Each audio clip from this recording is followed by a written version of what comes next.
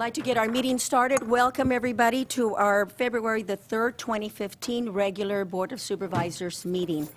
I would like to invite Supervisor Botello to lead us in the Pledge of Allegiance. Ready, salute. I pledge allegiance to the flag of the United States of America and to the republic for which it stands, one nation under God, indivisible, with liberty and justice for all.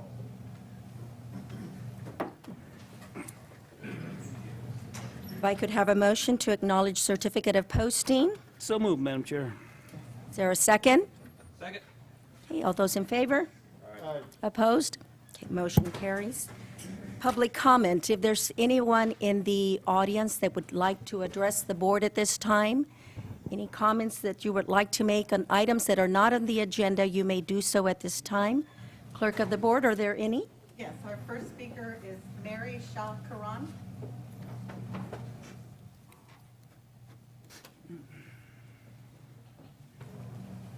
Good morning. My name is Mary Shaw Coron from Aromas, and I wanted to let you know what our attorneys at Shoot Mahali and Weinberger have said after reviewing the 3 takings claim letters that were submitted recently by the California Resources Corp., Patriot Resources, and Lee Lavelle of King City.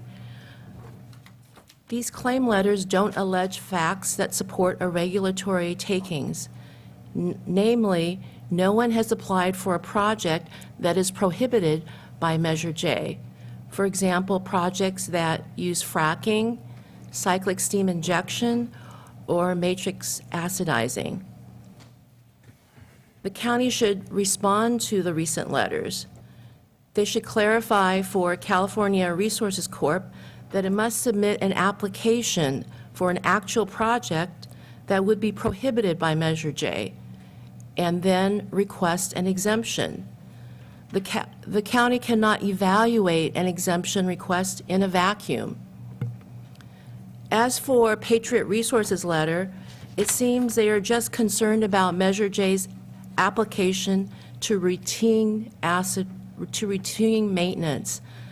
Measure J does not apply to routine maintenance using acid treatments, for example, and that should be clarified in a letter, or if the county prefers, in code amendments. Our attorneys have told us that they would be willing to provide the supervisors with additional information. After all, they are the experts since they wrote Measure J. Thank you very much. Thank you. Next speaker is Andy Shah Karan.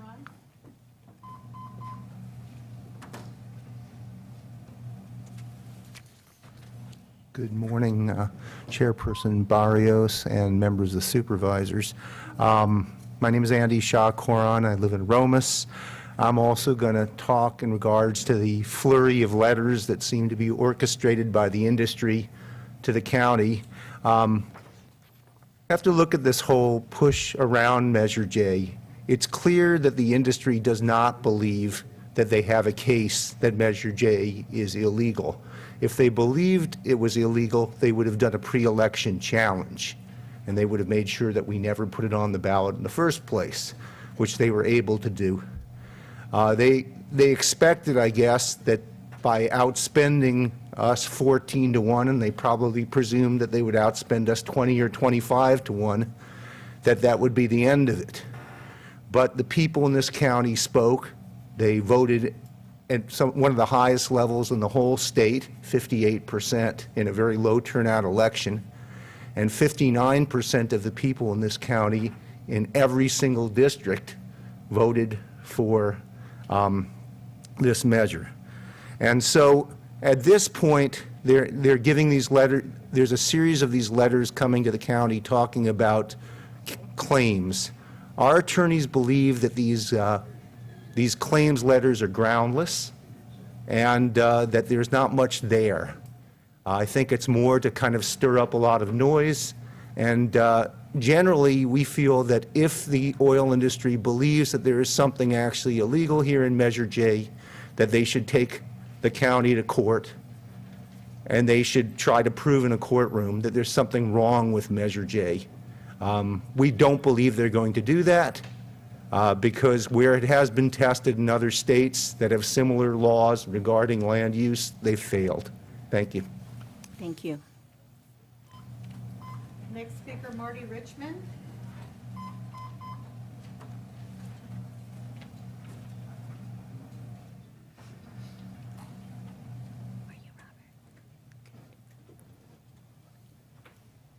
Good morning, Madam Chairman, members of the board. Marty Richard from Hollister.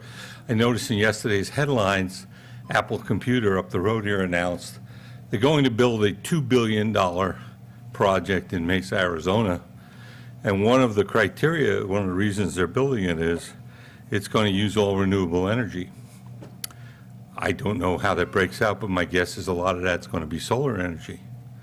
And we have an opportunity here in this county to have a solar energy project, and maybe eventually it will bring in some other business. Because although I believe solar energy has been totally oversold because it doesn't operate at night, it works well in the daytime, number one. Number two is that corporations like Apple, who like to think they're at the cutting edge of science, want to be associated with that. I cannot imagine, you know, we had some earlier speakers talk about court cases. The Benoche Valley Solar Project has been challenged in court, and the project won. And it was appealed, and the project won. So how many times does it have to be challenged and win before it gets the enthusiastic support of the Board of Supervisors? Time and again, I've talked to politicians here in California who I agree with and don't agree with, and they always tell me the same thing. You know what the real problem is, San Benito County? You guys won't help yourselves. So we get tired of trying to help you. You say you want to do one thing, and then when it gets up to the state, you say you want to do another. We've had a lot of cases of those. This is not one of these cases we should have in this case. We should move on with this project. It should have your enthusiastic support. It should be, you should be drumming up letters to our congressman to get this federal government operating and to get approval of this project so that we can get the benefits that it offers, saving 1 million barrels of oil a year on average for 30 years. 30 million barrels of oil. Now, I have my problems with the Measure J supporters. I opposed it, but one thing we can agree on, renewable energy is better than oil energy, and I'm for it where it works. It can work here in San Benito County because we have the transmission lines to move that energy to where it needs to be used. People who say, go build it out in Westland, don't know what they're talking about because there are no transmission lines. And without transmission lines, you can't move the electricity. And this business of giving it a lukewarm reception until the subsidies run out doesn't suit me. Okay, and it shouldn't suit the people of this county. Thank you very much. Thank you, Marty. No other speaker cards. Okay, anyone from the public, anybody else that would like to address the board? Okay, there being none, we will move on to department head announcements. CEO Espinosa. Thank you, Madam Chair. Yes, we do have an announcement out of our DA's office. We have Candace Hooper, our DA, here. I have 3 new attorneys, so I wanted to bring them to you, introduce them to you, so if you see them out and about, you can say hi to them. I've got Ellen Bell Campos, who is my Deputy DA 3. Morning. Good Amy morning. Wallace Rodriguez, what I call a baby DA, one of my Deputy DA 1s. Morning. Stephen Schilling, also a baby DA, DDA 1. So, welcome aboard, and thank you for the support you've given me in allowing me to hire. Thank you for your interest in San Benito County. We welcome you, and I hope you have a great tenure here. We also have another announcement out of our probation department. We have Ted Baran, our CPO, our Chief Probation Officer, here to give you a department head announcement. Good morning, Madam Chair and members of the board. On January 22nd and 23rd, the 4th Annual State Conference on Public Safety Realignment was held in Sacramento. This conference was sponsored by the CSAC, the California State Sheriff's Association, and the Chief Probation Officers of California. Through the CCP AB 109 funding, we were able to send a team of staff from San Benito County to include Ray Espinoza, Jim Riding-Sword, Tracy Belton, Renee Hankla from Mental Health, Captain Don Bradley, and Lieutenant Escamilla from the Sheriff's Office, and myself. Following introductions from Supervisor Vito Chelsea from Stanislaus County, the current CSAC president, Sheriff Martin Ryan from Amador County, the first vice president for the Cal Sheriff's Association, and Chief Mike Daly from Marin County, the immediate past president for CPOC. We were treated to presentations from Dr. Ed Latessa from the University of Cincinnati, who has been studying crime, realignment, reentry, and recidivism for the past 20 years, and has been acknowledged as the guru for recidivism reduction across the nation and internationally. We were able to attend different tracks and training with presentations from various counties throughout the state, from subject matter experts and actual practitioners, including leading change through active implementation, reentry from change and leadership perspectives, leadership through stakeholder involvement, and harnessing power of evidence and big picture risk need driven reforms. We had a closing plenary session from the Federal Bureau of Justice Statistics on how to track data and the implications of data regarding recidivism. And finally, a wonderful presentation from Governor Jerry Brown on what works and what the status of realignment is in the state of California. I was very pleased to have this team with me. It was very heartwarming to have a number of us there. There were over 630 attendees from across the state representing the vast majority of counties. So it was great, and I look forward to us being able to go again next year. Thank you, Ted. We had great representation. Yes, we did. Yeah, thank you. Thanks, Ted. We also have another one out of administration. Item number 6 on our agenda, there's actually a correction on that particular item. It's on consent agenda. It's actually Secretary 2, not a Secretary 3. We also wanted to update the board and the public to make them aware that February 10th, we will have a board retreat. That'll be held at 2301 Technology Parkway. And that will start at 9 a.m. It'll continue to 1 p.m. And then there is a special board meeting immediately following with the board for our Ag Commissioner interviews. So we wanted to make sure that the board was aware of that. Do we have the times for the interview set? 1:30 is a starting time for that session. And the plan What day is is that again? I'm sorry. February 10th. That's next Okay, Tuesday. great, okay. That's immediately following the board retreat. And the location? Yeah. The location of the retreat? The retreat's going to be at 2301 Technology Parkway. Okay. That's our Sheriff's Office, Public Works, and Planning Building. The plan is to continue that item immediately following the actual Ag Commissioner special agenda. Okay? The other item we had for your board is we did receive a letter from the DOF, Department of Finance. We received it from the Controller Yee. This was about our security, court security across the street. We had been working with the DOF, CSAC, with many organizations on getting some funding for court security.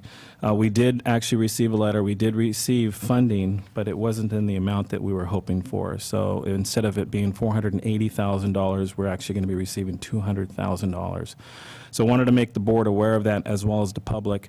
I did speak to Sheriff Darren Thompson, and Sheriff Darren Thompson will be giving a presentation very soon to the board and to the public concerning this particular item. So if there's any questions, he'll be able to address those. Yeah, that's a big gap. About half of what we were expecting, so Yeah. we do need to plan for the difference. That's correct. Less, yeah. There is another item, too. We had, internally, we actually had a presentation by Dr. John Nalbandian. It was a political astuteness, bridging the gap between politics and professionalism. It was a very good presentation, and I just want to let the board know that we actually had that internally. That's all the announcements that we have. All right, so we're done with department head announcements. We'll move on to board announcements, and I'll start with Supervisor Botello. Thank you, Madam Chair. A couple weeks ago, I attended an RCRC meeting, pretty routine meeting until towards the end. Most of the supervisors in the room weren't aware that the State Water Resources Board is pursuing a new regulation that I think I may bring to the attention of this board and to the public, the Grazing Regulatory Action Project, GRAP for short.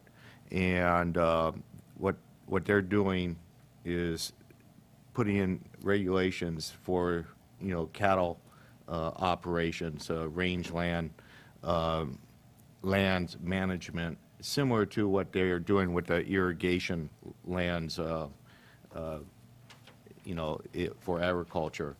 And this is something that I forwarded some information to the Farm Bureau already. I'll make copies for my colleagues on here, and also if the public is interested in some of the fact sheets that are available from the state, and also a colleague from Tuolumne County attended one of the stakeholder meetings, which is not very well advertised, and his impressions of the process to this point.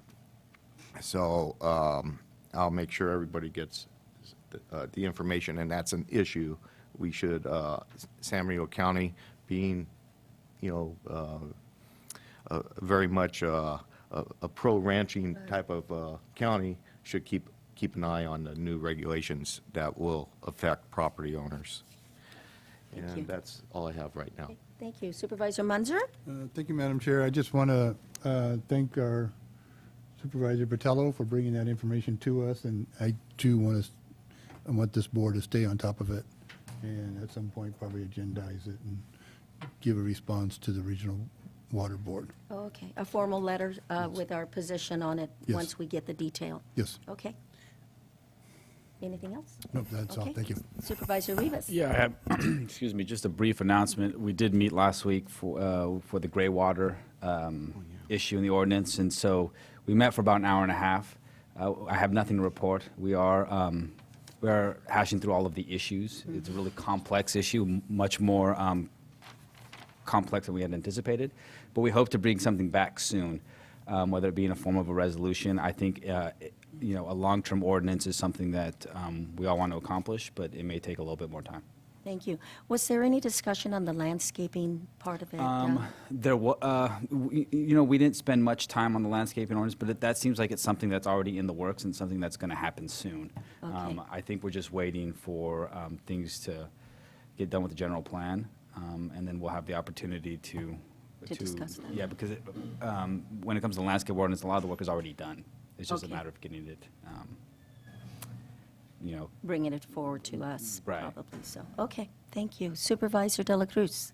Madam Chair, we had Supervisor Munzer and myself attended the Vets Commission meeting last night, and we got an update on the water wells, and seems like it's gonna happen this year, and that's gonna be a financial blessing for a lot of the organizations, a lot of the parent clubs, especially the baseball, the softball, and the soccer leagues, who are not going to pay that much money because, as it was before, the city hall will be charging those clubs, and it was a very expensive bill. Now it's water well, which is a good news. And actually, I learned something new yesterday, and I should have known this. And Supervisor Munzer brought up that, now that we fixed the water issue, how much is going to cost on the electric bill to pump the water out. And we, made sure that we're going to share that cost among all the other clubs, too. Okay, thank you for that information. Thank you. Okay, and our CAO mentioned our retreat on February the 10th. There are so many things that we would like to put on there that we're starting to try to prioritize to see what is it that we want to add to that agenda. But I want to ask this board if there's anything of interest that you haven't already discussed with our CAO that you'd like to see discussed on that day.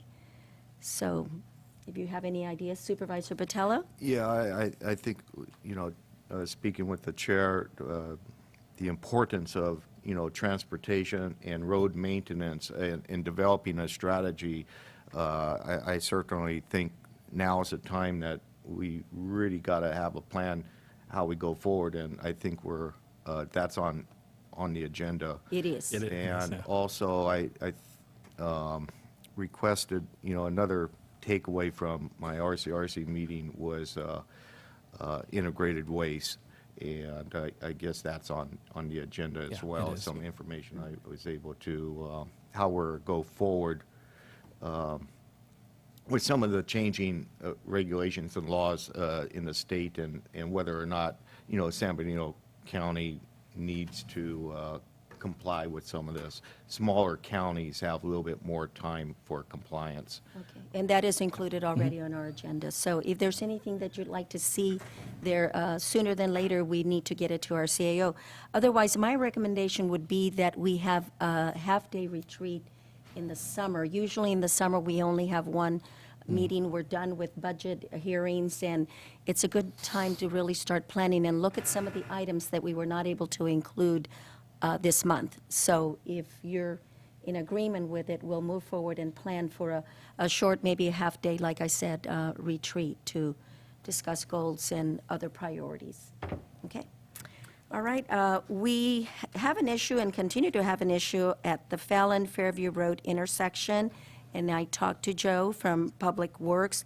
There was another accident recently, and I want to be able to make sure that this board is aware of that, and that maybe we could include it in one of the future plans for a traffic light, discuss it here. So if we could, Joe, put that in there in our plans for the future, and then we can hash it out here and see the level of importance, because I'm sure that there are other intersections that are seriously, need to be addressed, so. And Vice Chair Rivas and I attended the training with the staff last week that CAO Espinosa spoke about, so I want to thank him publicly for bringing Mr., let me read it, because I know I have it here, then Ben Lien, right? Yeah. And we appreciate the information. It was very insightful, and I think we all walked away with some very good information in regards to politics and political astuteness and bridging the gap between politics and professionalism. So thank you again for that. And we do have, and I'd like to bring this to the board, we have monies that are coming from our, from PV2. We had a contract with them, a developmental contract that gave San Bernardino County $50,000 for solar energy, and we are able to use it. I don't know what the detail is, but I'd like to discuss it at this level so that we can decide as a board how we want to spend that $50,000 and where we would like to put that solar. And this is part, like I said, part of the agreement, and it's coming before us, I'm sure, soon. And so perhaps at the next board meeting, CAO Espinosa, I could appoint an ad hoc committee so that we can see what would best fit San Bernardino County and how we could get the best for our buck. So, okay? And the last thing is that I attended the City of Hollister retirement dinner at San Juan Oaks. Very nice. Altogether, I believe there were like 5 employees that retired for a total of about 135 years of commitment to the City of Hollister, San Bernardino County. So I want to thank those folks for their service. We'll move on to consent agenda items, and I would like to ask our supervisors if there are any that you would like to pull at this time. None? Supervisor Munzer? CAO Espinosa, do we have to pull number 6 for the corrections, or may we just make them? We just make the note. We're fine. We don't need Okay, to pull we'll it. make the note. Yeah. Okay, and the only one that I wanted to pull was the action minutes, approving of the action minutes. And the reason I was pulling that one is because of a name change. So I'll pull that one and give that information to the clerk of the board. So number 2 is the only one being pulled. So I'll entertain a motion to approve the others. So moved, Madam Chair. A motion and a second? Second. Any discussion? All those in favor? Aye. Aye. Opposed? Motion carries. Okay, item number 2, the action minutes, and the clerk of the board, if you could change the name of the hospitals, Hazel Hawkins Hospital Administrator from Bill Underwood to Ken Underwood. And all the soups commented on the sheriff's presentation that he gave us on that day, but only 4 of the supervisors were mentioned, so I say that it's either all or none, because everybody expressed some sort of comment or interest in that presentation. And I was present at the, I believe it was the January the 20th meeting, or, I'm sorry, December 2nd, but it shows Supervisor Munzer here. His name is in there twice, so I'd like to have my name added to that. I want to make sure that, that it's obvious that I didn't miss any meetings, so thank you. So with that being said, are there any comments from the public regarding this item?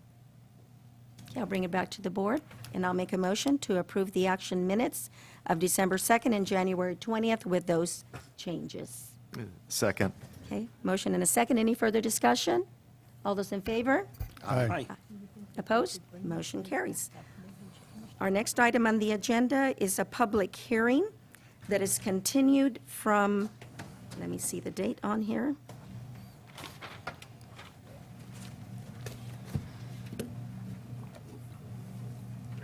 And CEO Espinosa, if you could open that up, please. Sure.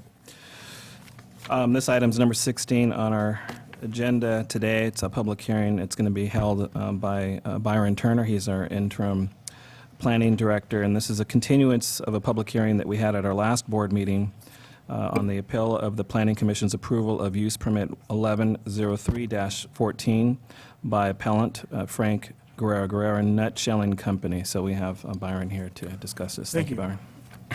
This is the appeal of the Planning Commission's decision, use permit 1103-14. The Planning Commission's action on November 12, 2014 was to approve a new wireless facility for Verizon Wireless, which was a new 65-foot tall monopine tree pole with 12 panel antennas and associated equipment.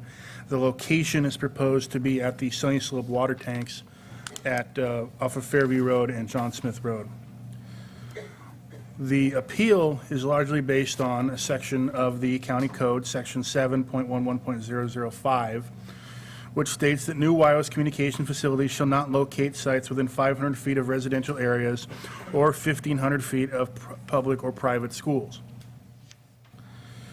The proposed location of the site, this is an aerial photo, if you can see it with a roughly 500-foot buffer around it, you can see that currently there are no residences proposed, or no, I'm sorry, there are no residences located in that area. There are residences proposed, however, and I'll move into that shortly.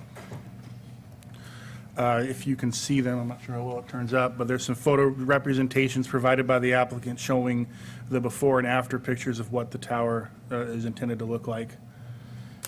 And you can also see that the land is largely vacant around it. We also have a visual of the Santana Ranch project, which is within 500 feet of this location. You can see that at full build-out, multiple residences will be located within that radius. We also have, and I want to thank the appellant for providing these maps for the board to see. This shows a 500-foot radius around the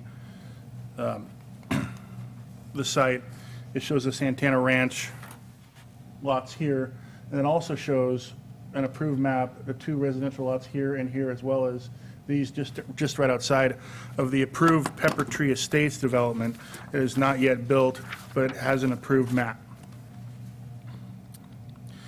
So back to the section in question, which the appeal is based on, the staff response is that the Planning Commission has consistently interpreted the section to mean existing dwellings on adjacent property, not the potential for future dwellings, and not existing dwellings on the same property, so that an applicant could come in, and if the tower is located on their property within 500 foot of their home or a home they own, that was permitted as well. That would be permitted. It was only dwellings on adjacent properties that we had the prohibition.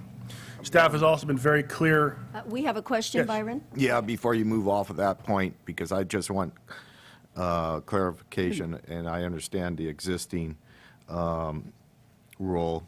Has any building permits been pulled for those proposed lots? Not within the 500 feet, no. Okay, thank you. The other item is that staff has been very clear on the record. Yes, we have another question, Byron. Supervisor De La Cruz? Thank you. Byron, if there's a party adjacent to it, that's the rule, that's the 500 rule. However, if you have a residence in your property, you can make a permit to have the tower there, right? That's correct, yes.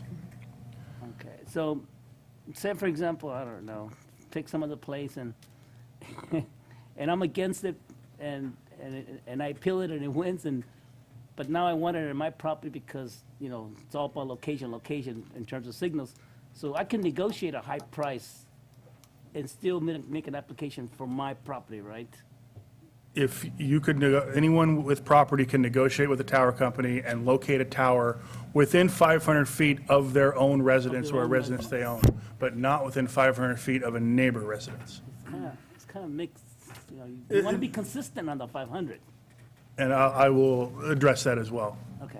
Okay, Supervisor Rivas? All right, so I just have a clarifying question as well, Byron. So the problem I have with the first point, consistently interpreted, that's just, so it's historically the precedent of the Planning Commission. Yes. But nowhere in the ordinance is it stated that that there has to be existing dwellings. It is correct? not, no, it's not. Okay, thank you. Byron, I believe it says residential area. Areas, yes. Yeah, residential areas, that is the way it is. Right, but not existing dwellings. Right, it doesn't say existing, correct. So that's correct. Go ahead, Byron. So I wanted to say that we've also been clear on the record, again, not necessarily backed up by ordinance, but we've been clear on the record that the existence of a tower does not prohibit the placement of a residence within 500 feet of that tower. So we're sensitive to the property rights of the neighbors, that if they wanted to build a residence within 500 feet of an existing tower, they could. Another item that leads us to this interpretation is that wireless communication facilities and towers are conditionally permitted uses in residential zones.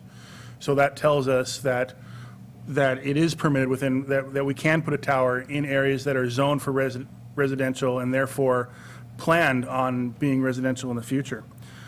Also, new towers have been permitted within 500 feet of residences when an existing tower is also within 500 feet. An example of that would be the Ridgemark up on the hill above Ridgemark, where there are existing towers there. We've added towers to that site within 500 feet of residences. We've done the same thing in downtown Tres Pinos and at Veterans Park. So, again, the staff response then is that the Planning Commission did not violate the section of the code when approving the project. However, further modifications to clarify the ordinance should be made in the future. It's been one of those items that have been on our list, and you know, when we had intended on lumping them in after the general plan is adopted, when we go through our ordinances for general plan consistency, this one was going to be one of the top of the list because this issue has come up in the past. So staff's recommendation today then is to continue the open public hearing, consider the merits of the appeal, and then direct staff to prepare a resolution for the board to either grant the appeal, deny the appeal, or other action including modification of the project or returning to the project to the Planning Commission. This concludes staff's presentation. I believe the appellant is here as well as the applicant. Thank you, Byron. I appreciate that. At this time, I would like to continue the public hearing and ask the appellant to come up and present their case. And after the appellant comes up, we will have the applicant follow. And after the applicant, if the appellant wants to come up again, they may. And then I will close the public hearing and bring it back to the Board of Supervisors for discussion and a decision. Thank you. Good morning, Madam Chair and Supervisors.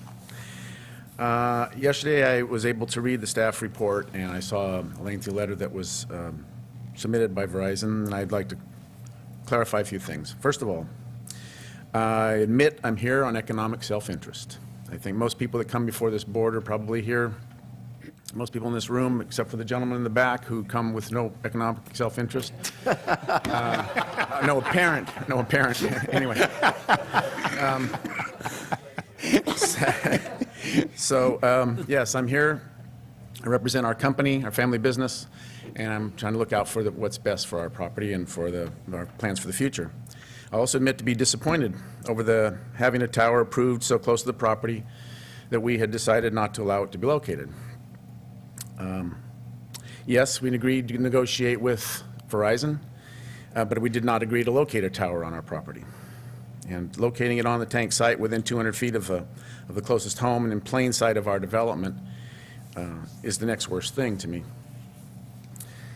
If, as Verizon suggests, you consider this property nothing more than raw land, this property and the Santana Ranch property on the other side of the tanks, then I guess there's no basis for which I can argue.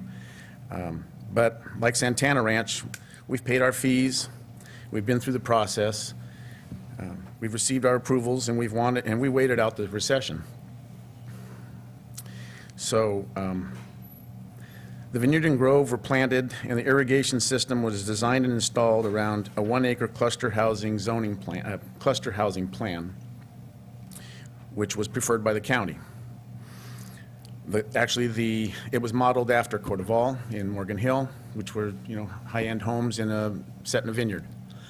And the vineyard was actually designed around these lots. I mean, it's not just ag land we're putting, we're putting houses on.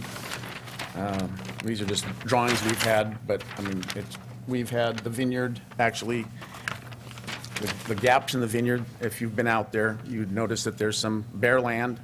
Those were future 1-acre parcels, building envelopes. I don't joke when I tell people that the vineyard was a landscape plan for a subdivision. I mean, landscaping project for a subdivision. I mean, it's kind of a running joke that the way to make a small fortune in the wine industry is to start with a large fortune. It's not for the money that it was more for future, for us having a more valuable future development. So my point is, even if there aren't homes currently there, this project is no less a residential development than the property on the other side of the tank, Santana Ranch, which is now under construction. Not right where the tank is, but I mean, it's going, and it's going to be a subdivision built out, and so will ours someday soon. So if that's the case, if it can be considered a residential area, then we think that this code should apply. Verizon identified, I guess, 6 potential sites in the area. I'm guessing we were the first. We might not have been if there was another one, and I'm wondering where that was and why they chose not to have it there or were unable to make it happen. But it didn't work out with us, so I assume they went to their second choice. And if things didn't go well there, then I guess there'd be a third choice, and maybe that one wouldn't have code violations or wouldn't present a code violation.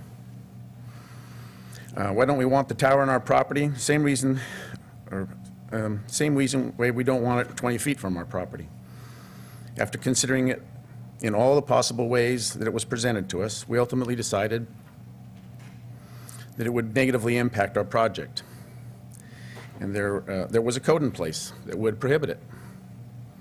And the only way Verizon could circumvent it is to make the points they're making today. But we consider that a residential development, and we're not going to play that down. I'd just like to say a few words about exposure to radio frequency waves. I left my foil hat at home today, but while it seems a subject that's always downplayed, the FCC does have a limit to which the public can be exposed. It was in their letter. Verizon's even provided a report where the exposure was calculated at a distance of a quarter mile, or about 1,300 feet from the tower, and from the proposed tower. But our closest house will be within 200 feet, and there's nothing about, what that level might be and when that's built out. So it's not such that we can just move the houses around. The vineyard was planted, the irrigation system was designed, and it's in place. Those building envelopes have been left. Soils reports have been done, et cetera. So it's not so easy as just, this is a bare piece of land that we can just move something around in the future. So once again, I'd like to ask that you deny Verizon's application for a cell tower because the location does not meet the county code. Thank you.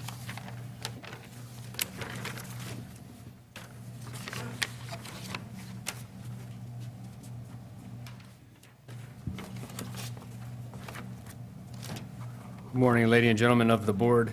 Morning. Paul Ravella, attorney here in town, representing Gowera Nutshelling Company. I was conflicted about being here before you on this matter here this morning. I rely on my cell phone probably as much as anybody else in the room, and I also practice law in the land use and real estate area. As an attorney who represents applicants, I love the potential precedent the approval of this project could set. The fact that one of the discussion was had on the record at the November 2015 Planning Commission meeting about access to the project site. And the representative of the project at the time said that they believed Sunny Slope had a prescriptive easement and that they were working on finding out who owned the dirt road that they plan to use to access their project site. Approving a project without legal or dedicated access would remove a major roadblock to development in this county for many potential projects. Independent of the fact that the 500-foot restriction is not taken into account or not considered, depending on how the board chooses to go this morning, there's been no proof or evidence of legal access to this project site. If, in fact, Sunny Slope does have a prescriptive easement over this property, which is owned by the heirs of Earl Baldwin and Adelia Cochran, according to our title records, that's great for Sunny Slope. You know, they've earned a prescriptive right, potentially, or established a right to access this property to get to their water tank. But that right is not transferable to Verizon Wireless and their subtenants, who they would lease out or sublease a portion of their tower and possibly land in the vicinity for access for cellular facilities. This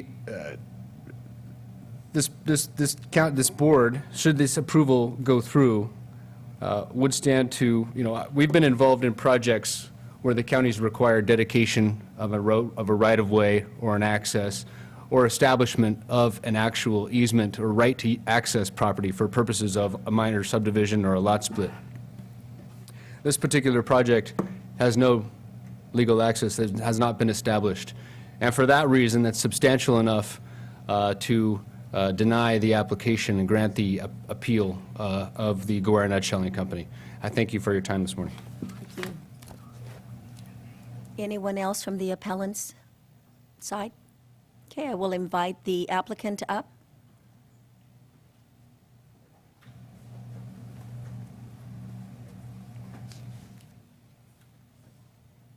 Good morning, Chair and Supervisors. I'm Rebecca Anderson, representing Verizon Wireless as their site acquisition consultant.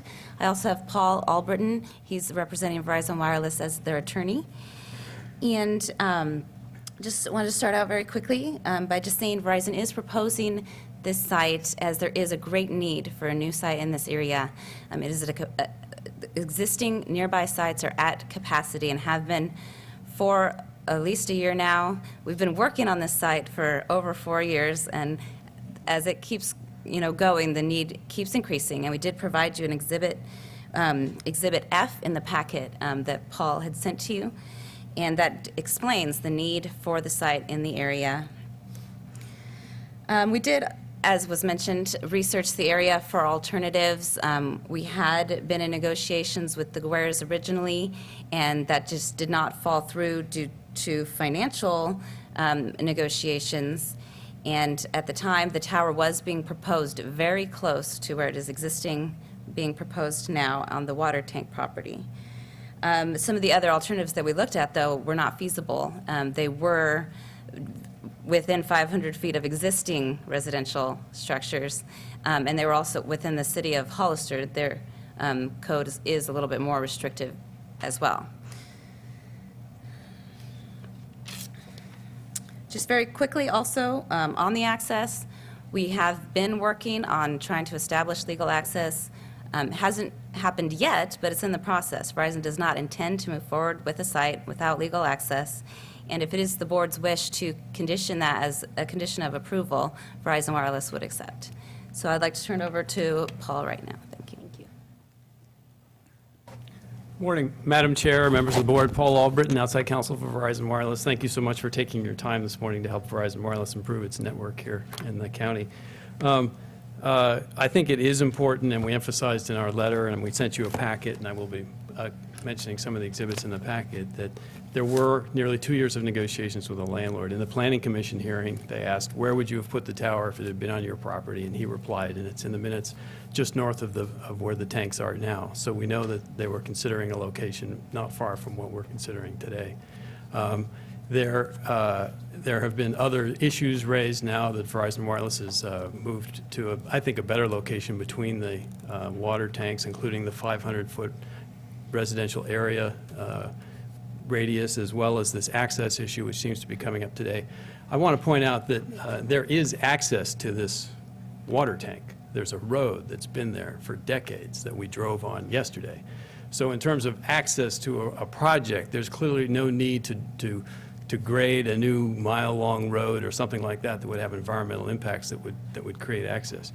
Our issue here is securing the legal access, and Verizon Wireless is very concerned about that. They spend 25 years, they lease these premises for 25 years. They expect their network to continue working, and they plan to obtain legal access, and there's another law firm that's working specifically on that. And there are a number of ways to obtain access, whether it's through, since we're also a public utility, the public utility rights that the water district may already have through prescriptive rights, whether it's through a quiet title action. The heirs have not been found so that we can negotiate with the heirs in order to do that, whether it's through eminent domain. Verizon Wireless is like the water utility, a public utility. They can acquire it through eminent domain, which would give us immediate access, and then we would find out how much we have to pay and to whom for reasonable compensation. So there's every expectation that Verizon Wireless will obtain the necessary access to this property and won't build its facility unless it does, because they don't want what we call a helicopter site.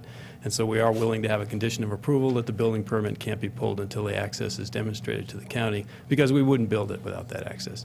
So we think that's a non-issue.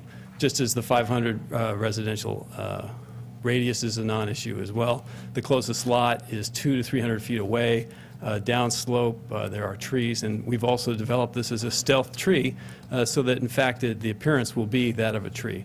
I want to touch briefly on federal law as it relates to your decisions. I want to, in our packet, we did provide the letters of intent that were signed by the appellants when they were in negotiation with Verizon Wireless.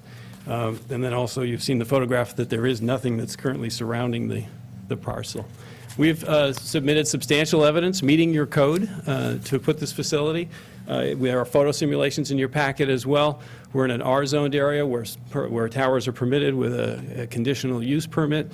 Your code directs us to co-locate on or adjacent to public facility structures. We're immediately adjacent to a 3 million gallon tank and a 500,000 gallon tank. If you've been up there, these tanks are enormous and absolutely dwarf the tower that we're going to construct. They're 40 feet tall. Our tower is 60 feet with a 5-foot fake tree top on the very top. This just branches. The whole tower, of course, is disguised as a tree. And they will be blocked. The view of the tree will be mostly blocked by the tank. And this is what's really preferred by your code, or the top priority of your code in terms of where to locate these facilities. It's on a little hill, which allows us to have a short pole. The height of the pole is actually dictated by the height of the tanks. The antennas have to shoot over the tanks, and that's why we're at 65 feet. If we located it at some of the alternative locations we showed you, we'd have to have a 150-foot tower in order to get the kind of signal propagation that we're getting today. So we've met your code. We've provided substantial evidence for approval. First point of the federal law. The federal law says you have to have substantial evidence to deny a wireless facility. And we don't think that the appellants have come up with any real evidence for denial of the facility in terms of the land use issues that you review, aesthetics, noise, anything like that, and that you don't have the substantial evidence to deny the site under federal law. Supervisor Botello has a question? Sure. Yeah, right there. I do have a question in regards to, I've been very supportive of this development from my days on the Planning Commission, seen it go through the process, which was very, very extensive. They finally got approval. There's going to be houses there. And I don't quite understand the logic that we have for the 500-foot rule. And I've heard people discuss radio waves affecting health. Now, today, there's no houses. There's no permits pulled. Technically, you comply with the 500 feet, but there's no question in my mind at some point in time that's to be developed within that 500 feet. Do these towers have any effects on health of residences that may be in the shadow of them? Yeah, good, very good question. That really takes me right to my second point, which with respect to the federal law, you probably know that the federal law says that as long as we comply with the FCC emission guidelines, that it really takes that issue off the table for the county. The federal, it's like you can't regulate the size of airplanes flying over the county. It's in federal control. If it meets the federal guidelines, then it's preempted. The same thing here, where the emissions meet the federal guidelines, then that you are preempted from denying a facility based on RF emissions. In this case, and we've included a study, and that's actually the next tab in my presentation, from the Hammett and Edison Consulting Engineers, that shows that the RF emissions from this tower, anywhere on the ground around the tower, will be 50 times below what the federal government considers to be safe. So, and that standard is also very restrictive. So this tower, the emissions from the tower are extremely safe. The emission, the emitted power from an antenna diminishes by the inverse square rule. So every 2 distances you move away, the power reduces by 4. It's why you can stand next to your microwave oven. So as the further away you are, the less the power. So that the power out at the closest residence is something like 2,000th of the federal standard.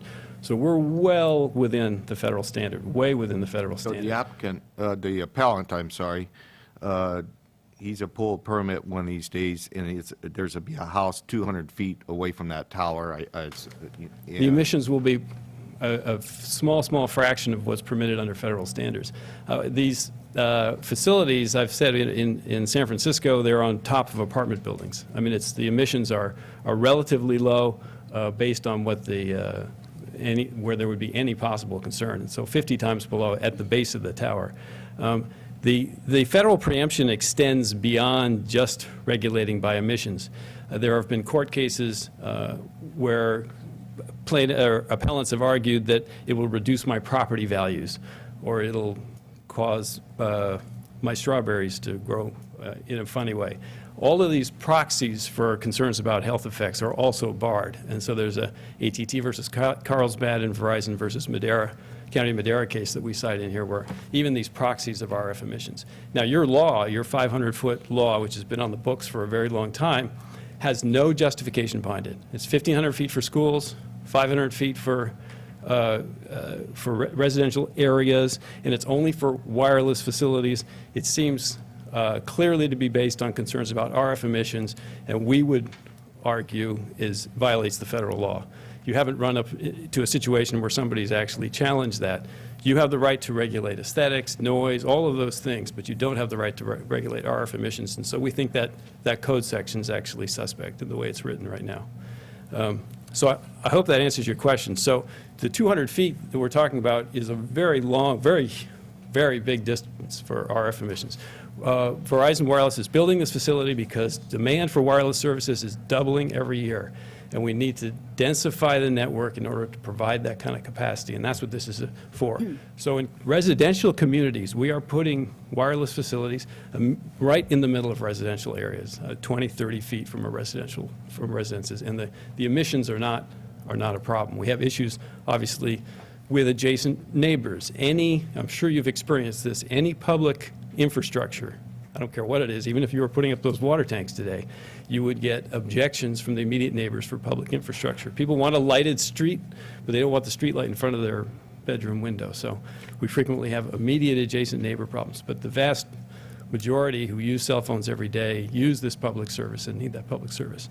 So I hope that answered your question. And the second federal The third federal law point I want to quickly discuss is that if we are able to show that there's a significant gap in coverage, and we've provided you a report from our RF engineer showing the gap in capacity that we have, and we can show that this is the least intrusive means for the facility based on your code, based on your general plan, then we've established the two prongs necessary to show that denial of the site would constitute a prohibition of Verizon wireless services. The appellant was suggesting that we would go somewhere else. Well, there really isn't another somewhere else. We've been looking for 4 years. This is the hill, this is the location that provides the propagation. It's adjacent to water tanks. It's hidden, mostly hidden. This is the place, and we've definitely demonstrated the gap. So if we have a gap and we show it's the least intrusive, then the federal law compels you to either approve the facility or show, it shifts the burden to the county to show us a location that's less intrusive under your code where we can get those services.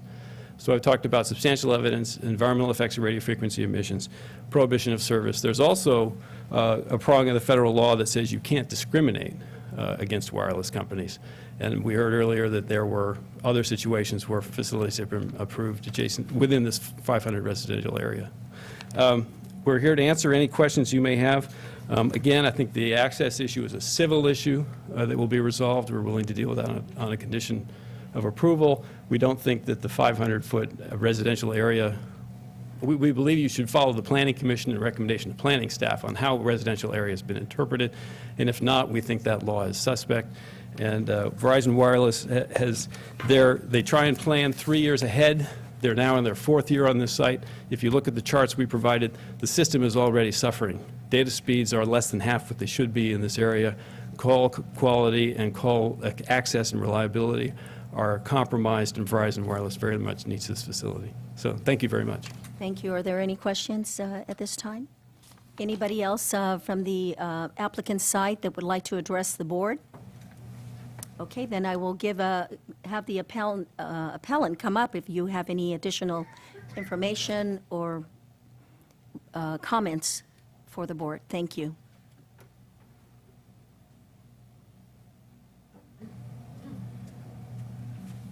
Just a couple of comments.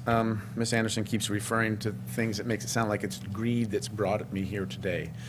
You know, we want to get money out of this somehow, or somehow we lost the deal that we wanted, and that's why we're here. Didn't want it. I signed an agreement to negotiate to find out what it would be about. Through that process, we learned about these codes. We saw, we did some research. My nephew Jason with Symmetry Design and Build was the one who took this forward. He wanted to see if he could find a way to make developing that property feasible during the last 5-6 years. And we just decided at one point, that it was something we didn't want to go through. And the other thing, I'm just confused, and maybe they can explain it to me, is that it sounds like the RF is something you can't discuss. You can't use it as an argument. And yet there's an FCC limit to the amount that's allowed for the public to be exposed to. So it's obviously something that's under consideration. You quoted to 50 times less than anywhere on the property. The way I read it, it was 2.2%, which I'm guessing is about 1/50th of the applicable FCC public limit a quarter mile away. And that's not anywhere on the property. That's probably Heatherwood. The closest buildings that are are built in at this point. So anyway, that's my only comments. Would you like the answer to your question addressed right now? Because I can invite the applicant to come up. Sure. Oh, one more thing. They mentioned about where, I don't know the quote exactly from the Planning Commission meeting, where I would put the tower. It wasn't where I was going to put the tower. We were approached by Verizon initially. They looked at the property. This is where they said was the ideal spot for the tower. That's why it was considered in that location, not because that's where we wanted it. That's where they decided they would want it.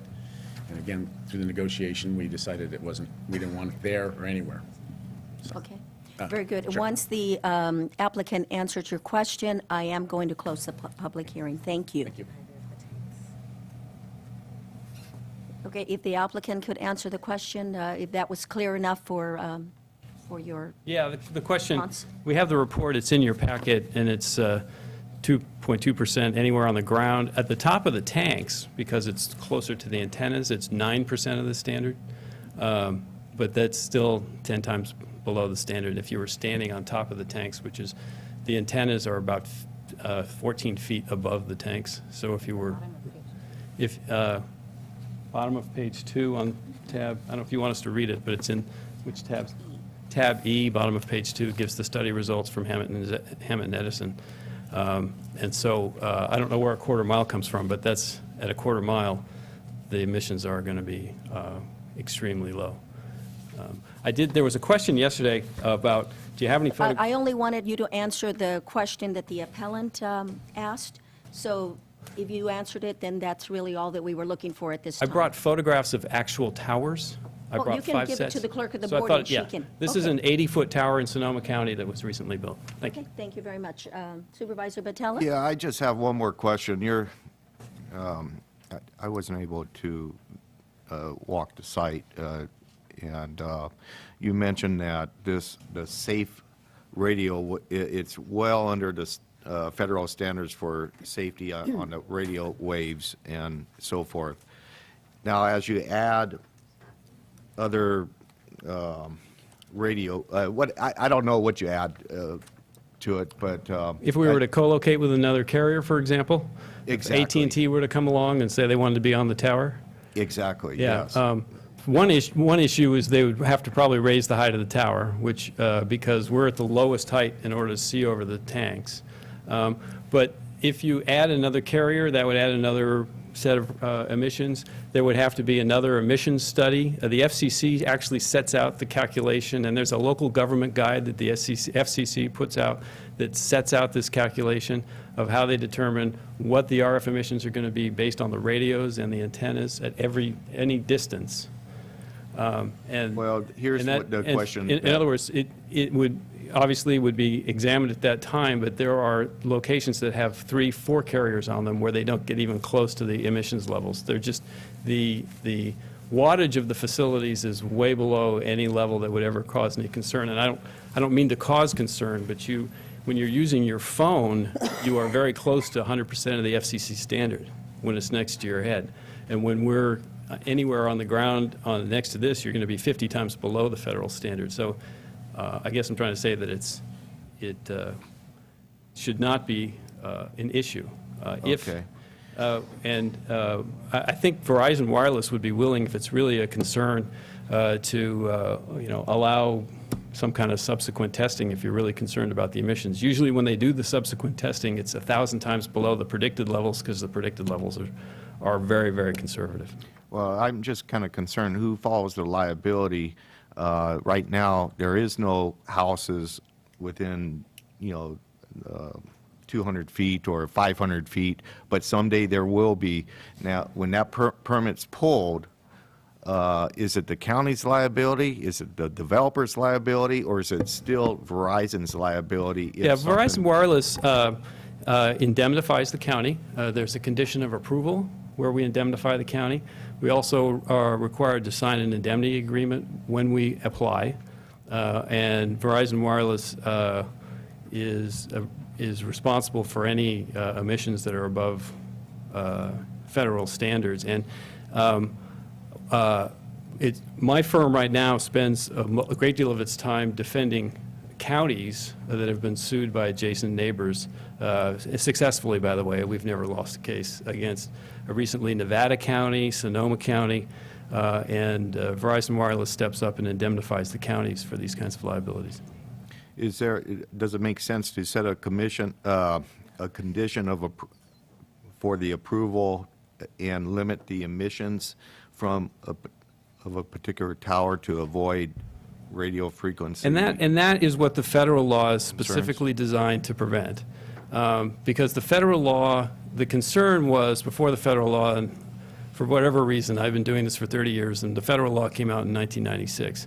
And the problem was that if individual counties start setting their own emission standards, you end up with this patchwork of RF requirements that a company like Verizon Wireless can't possibly follow in order to provide a nationwide service. And because the radio waves, it's a nationwide service, the federal law took these adopted this responsibility and went through a very rigorous process of establishing what these standards are. They're reviewed every 7 years by the IEEE and continue to be confirmed. But the FCC right now is going through a public process of reviewing these standards and allowing the public to comment on these standards. But they've been in place, the standards have been in place since 1996. RF cell phones have been around since 1984. This continues, this concern continues, but there's really never been any confirmed link of any health risks from towers. There is generally more concerned about the cell phones themselves, and that's under research, but again, no confirmed risks. I hope that answers your questions. Yeah, thank you. And in many residential areas, we are much closer than 200 feet, and as I said, in San Francisco, we're on residential rooftops. Just to maybe put your mind a little bit more at ease, the further the phone is from the cell tower, the harder it has to work to talk to the tower. Remember that the signal's coming to the phone, but the phone has to get back to the tower. So by densifying our network and putting in towers that are closer to the users, the emissions are actually reduced from the phone and from the radio itself, because the phone actually gears up 8-fold in the amount of wattage that it puts out. So if that helps answer your question. I'll answer any other questions. Thank you. Any other questions from the board? Supervisor De La Cruz? But more for Byron than the gentleman. Okay. Byron, where the tank is right now, in reference to the Santana project, do we have a map? Can you show me a map of where the actual solar tower is being considered? This one, if you can see, it has the approximate location of where the tower is And then, between the two water tanks. and where will the residents will be if and when the Santana project is built? This is a residential lot here.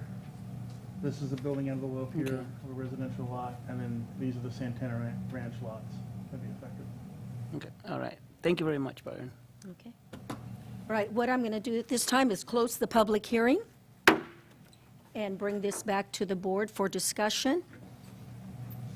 Are there any questions or additional comments that the board would like to make at this time? No. Okay. What I would like to say is that the location, I did visit the site yesterday.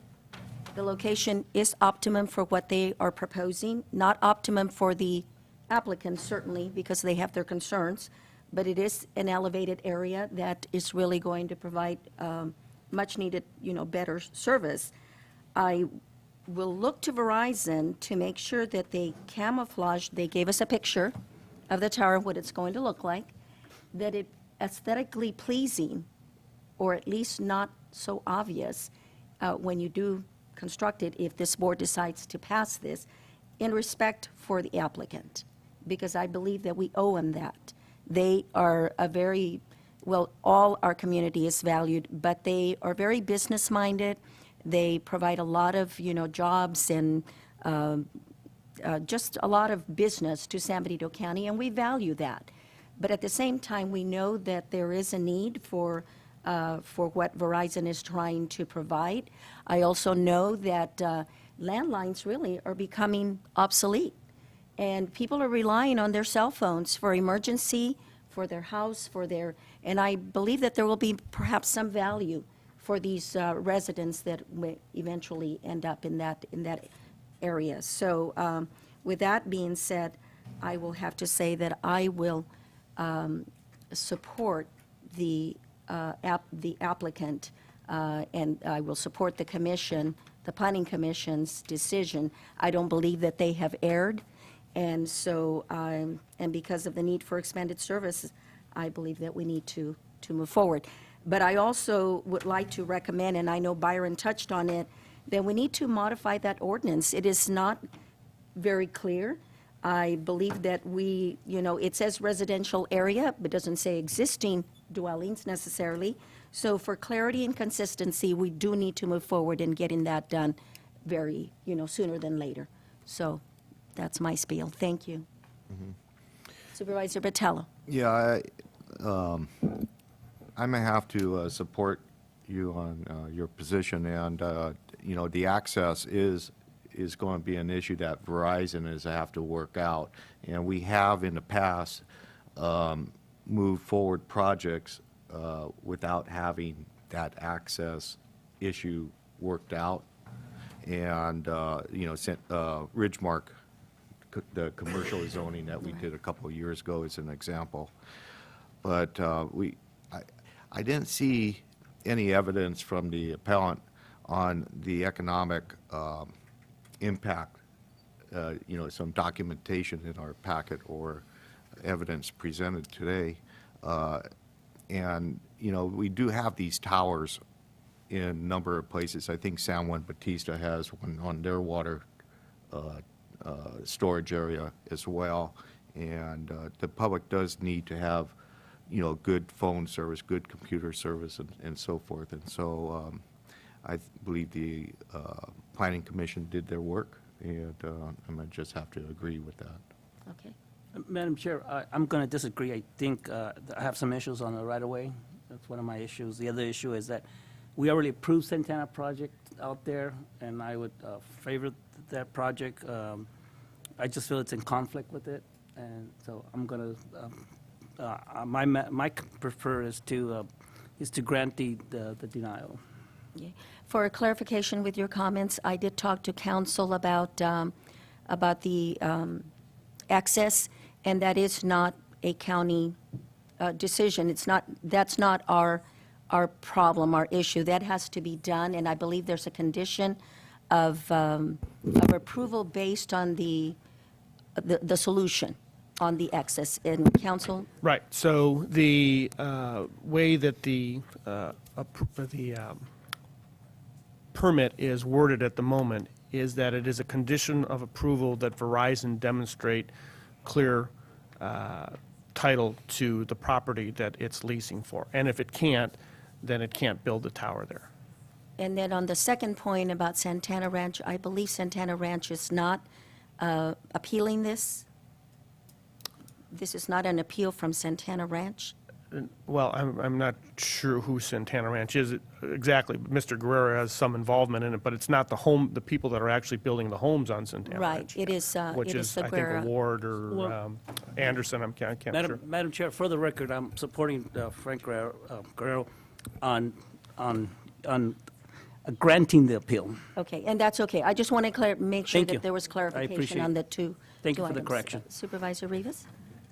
Yeah, you know, I have no problem in supporting this action today, although I am, the language needs to get cleaned up in the ordinance. I mean, this is extremely vague. I could have easily, you know, gone with my colleague here because, I mean, it is extremely vague. We are going to have homes in this 500-foot or whatever it is, you know. Setback.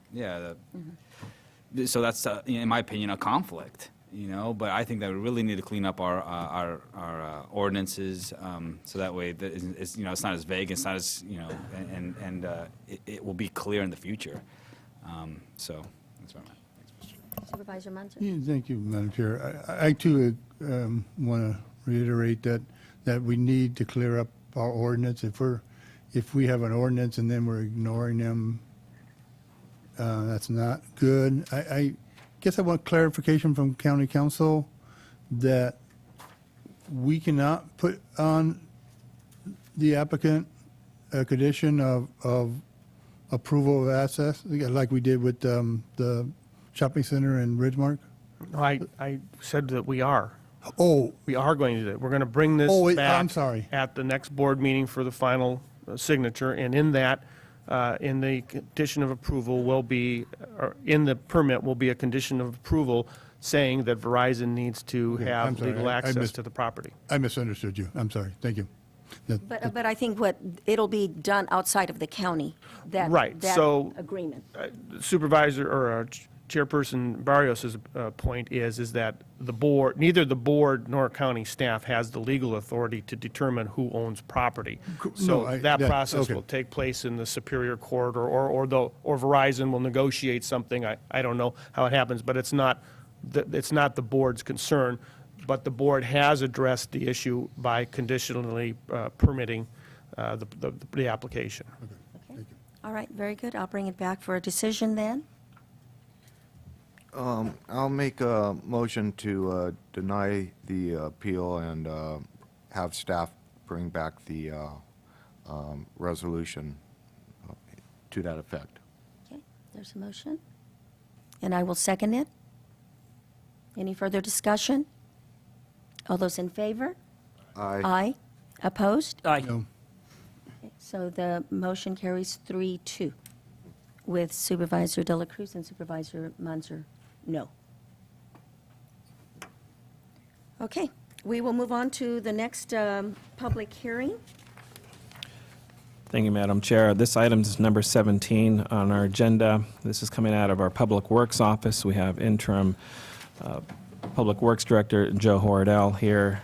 This is a continuance, another continuance that we had from our last meeting, considering the landowner's petition to vacate Vasquez Creek Road, County Road 8030, as provided by staff, and adopt a resolution vacating Vasquez Creek Road. Joe? Thank you. I just distributed to the board members an aerial photo just so that we're able to talk about where the road sits. And so I'll describe that first. So in it, you see a series of red lines. Those are the boundaries of the proposed solar project. The green line is the high voltage transmission line that runs through the valley that the project would tap into to export power. And then you see labeled and handwritten Vasquez Creek Road, and there's a white line. That literally is the roadway that comes off of Little Pinoche Road, which runs up and down through the middle of the picture in front of you. As a part of the request, at the last board meeting, there was discussion of the board about outreach that we had done to the property owners, and then we had received an email. Since the last board meeting, we've received several other emails. I think most of those were, or all those were distributed to the board members before today's meeting. I wanted to go through and kind of walk through some of the issues raised in the emails and then come back to the request in front of the board. The issues raised in the emails, there was one related to that state law and the process for the number of petitioners. In the email, it said that there were not 10 petitioners and therefore this could not be considered by the board, or implied that. State law has a process that allows 10 petitioners or more to essentially have their day in court in front of a legislative body such as the board to force the question that, and in this case, we're not going through that process. The state highway code allows less than 10 to still bring forward a request, but it doesn't mandate that the board actually act on it. Is if there's more than 10, it forces the board to actually make a decision one way or the other on it. And so we're not going through that process. We are bringing forward a petition, and it actually is, there's 9 property owners that have made the request. And so staff has gone through the process of bringing it in front of the board for your consideration under that, and then you really then have the ability to say yes, no, or really kind of table it and not have to act on it because there's not 10. There were issues raised about the CEQA process, that the petition, or in the submittal to the county, mentioned that there was a potential new road, new Vasquez Road that would be created. In our staff report, we went through and tried to be really clear that we did not make a decision about whether Vasquez Road should be abandoned or not based on a future road happening or promises of future roads. We really looked at it solely under the highway code, how the road is used, that it's not a through road, that it serves the limited number of property owners, that the property owners that are served by that road have made a request to the county asking that that road go away, that they have other private agreements that would allow their interior access that is not requiring a public right-of-way to achieve that. And so we've gone through the findings under that. And so from a CEQA standpoint, we are not analyzing, we're not depending on a new Vasquez Road to happen. There is a supplemental EIR that is being processed that is looking at a number of things with the project, and that may or may not result in a new private road getting built that in a different location. but the request in front of this board is not predicated on that road happening. The other discussion items, make sure I'm covering it, is related to wildlife viewing from the road. That is one of the things that related to potential uses of public rights-of-ways, and that is why there is a public hearing for abandonments. If it was purely just a technical sort of thing, those are the kinds of issues that the state and local agencies will delegate to the staff and administration to go through and deal with.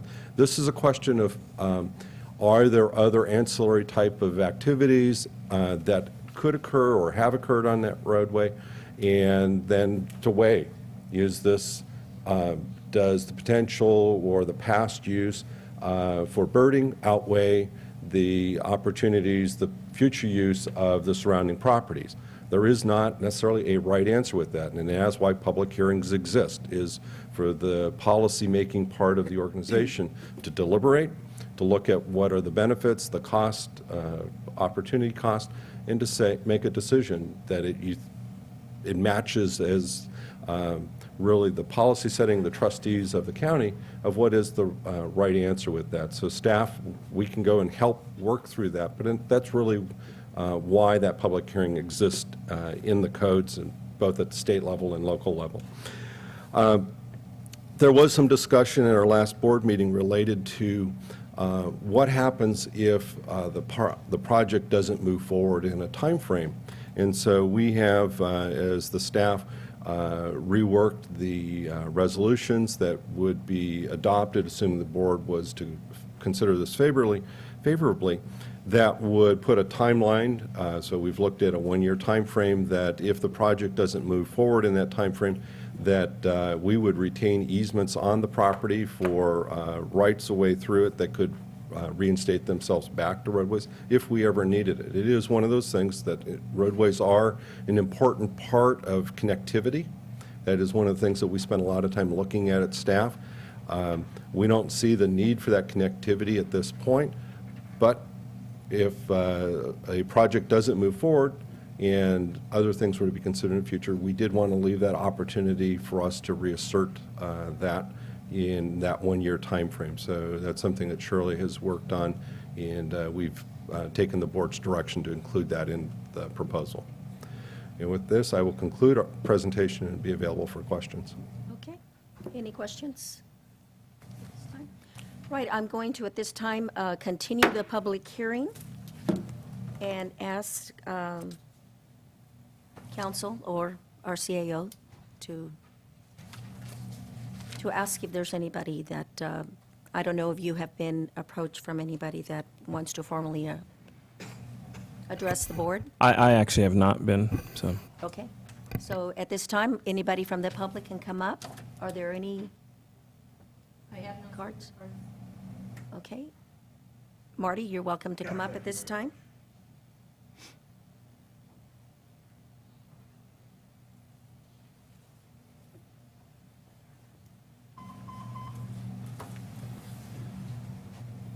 Good afternoon again, Marty Richmond from Hollister. I think you know from my earlier remarks where I talked about this in a general nature, not specifically about the road, that I encourage you to support this project.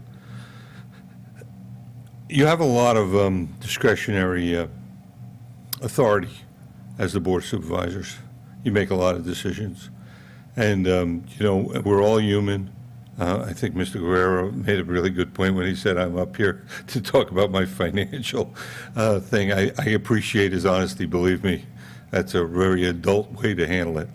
And I have no financial interest in this project. I have no investment. I've taken no money. I haven't even taken a cup of coffee from the people who are proposing the project. And in fact, I gave them a very hard time when they started. I think you'll remember that. I opposed it until they made some changes that I thought were absolutely necessary to protect the environment and to protect the county. But you know, they made those changes. And I know just on a discretionary basis, you can find a million excuses if you want to slow it down. But what are we slowing down? I mean, we're slowing down a project Will somebody be inconvenienced if we close the road? Absolutely. Will there always be an environmental impact to anything you do? Absolutely. I don't care if you move a paperclip from one side of your desk to the other, you probably need an EIR in California to do it. But the question is, what are the advantages? And we're talking about a solar project here that's putting up 10 acres of mitigation almost for every acre they're going to use. Just how much space do we have to give the blunt-nosed lizard? I mean, there comes a time when everybody can say no. I could be up here, you know, Santana Ranch is being built 2 blocks from where I am. I could be up here complaining every day that's going to make it more difficult to sell my house for a lot of money because there'll be competition down the road. Santana Ranch is going to have a lot of homes down there. But that's not good for us. This project's good for us. There will be some inconvenience to somebody if you close the road. But you haven't spent a dime on that road in 20 years. I mean, it's not exactly Mr. Travel Road. No, you don't hear anybody going anywhere on that road. It essentially doesn't go anywhere. The fact that birders come in and look at it, they've already sued the project twice. I mean, how many bites of the apple do you get? At some point, you have to say, look, you have to weigh the advantages versus the disadvantages of everything. And the advantages of this project are so overwhelming compared to the disadvantages. The risks, there always are some. I wish I could put you in a riskless world. I can't do it. And finally, I just sum up to say, let's move on. Thank you very much. Thank you, Marty. Anybody else from the public that would like to address the board regarding this issue? If not, I'm going to close the public hearing and bring it back to the board for a decision. Supervisor Patello or Go ahead, Jerry. Supervisor Munzer? Thank you, Madam Chair. I just feel that this road does have and has had a monetary value for the county. We have received our gasoline tax money. This has been part of our inventory of roads and that is at the present our only source of maintaining our road system in this county. And everybody knows our road system is inadequately being maintained. So I feel that there is a monetary value to this road towards the county.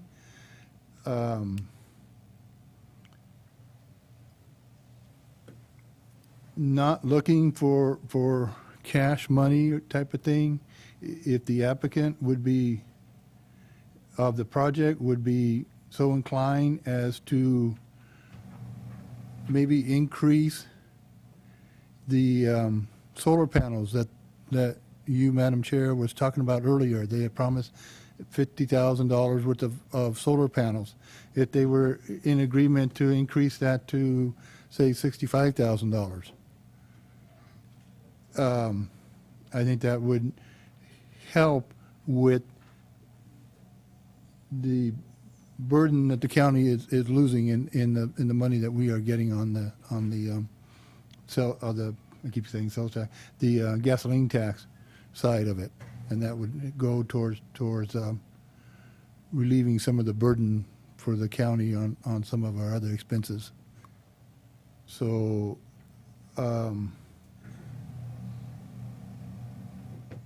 I would support the vacating of Vasquez Creek Road on the condition that our Public Works Director has mentioned earlier, and on an increase of $15,000 of solar panels to be used at the discretion of the county.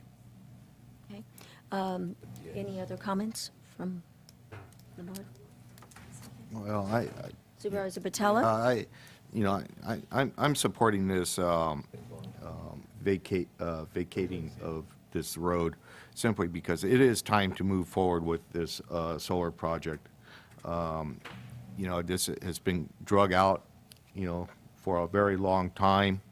There's a lot of benefits, not only just jobs, but, sales taxes and income to this county that we really sorely need right now. And anything that, the the company wants to provide, in addition, as Supervisor Munzer stated, would be terrific if they're in position to make that agreement. But, I'm not really worried about a couple of $1,000 right now when there's tens of thousands, maybe hundreds of thousands at stake, and it's time to move this project forward, and hopefully they stay within the timelines that they establish with our public staff. Yeah, and I have to, go ahead, Supervisor De La Cruz. Yeah, I guess I'll say it bluntly, is I'm happy and pleased that Supervisor Botello is moving forward on this, because I too, my concern is let's just move forward, meeting after meeting after meeting, and finding a reason to delay it. I don't like those games. Let's be honest and say, okay, this is what we like about a project, this is what we don't like, and there will be ample opportunities for the public and the Board of Supervisors to get together and discuss these issues and hash them out. I was ready to support it a couple weeks ago, and I felt that 2 more weeks wasn't a big issue because of the length of time that we have waited. So let's just move forward. Thank you very much from me to the Board of Supervisors. Let's move forward on this project, and if it takes a little bit more concessions, that's great, because at the end of the day, the community benefits, and I'm support that concept. Thank you, Supervisor De La Cruz. Supervisor Rivas? Right, and I have to agree with what's been said, and certainly this is a project that was before my time. I wasn't a supervisor at the time that the project was approved. I didn't support the project when it was approved. I had my concerns, and I had my concerns because I didn't primarily trust the investment group that was behind the project, but they're gone. Maybe a few of them are still here, but the county does have a lot to gain from this project. This thing has been debated, and it was a great example of how inefficient our government really is, because this was a project that was expedited. I mean, it was fast-tracked, and here we are in 2015, and there's not one solar panel out there.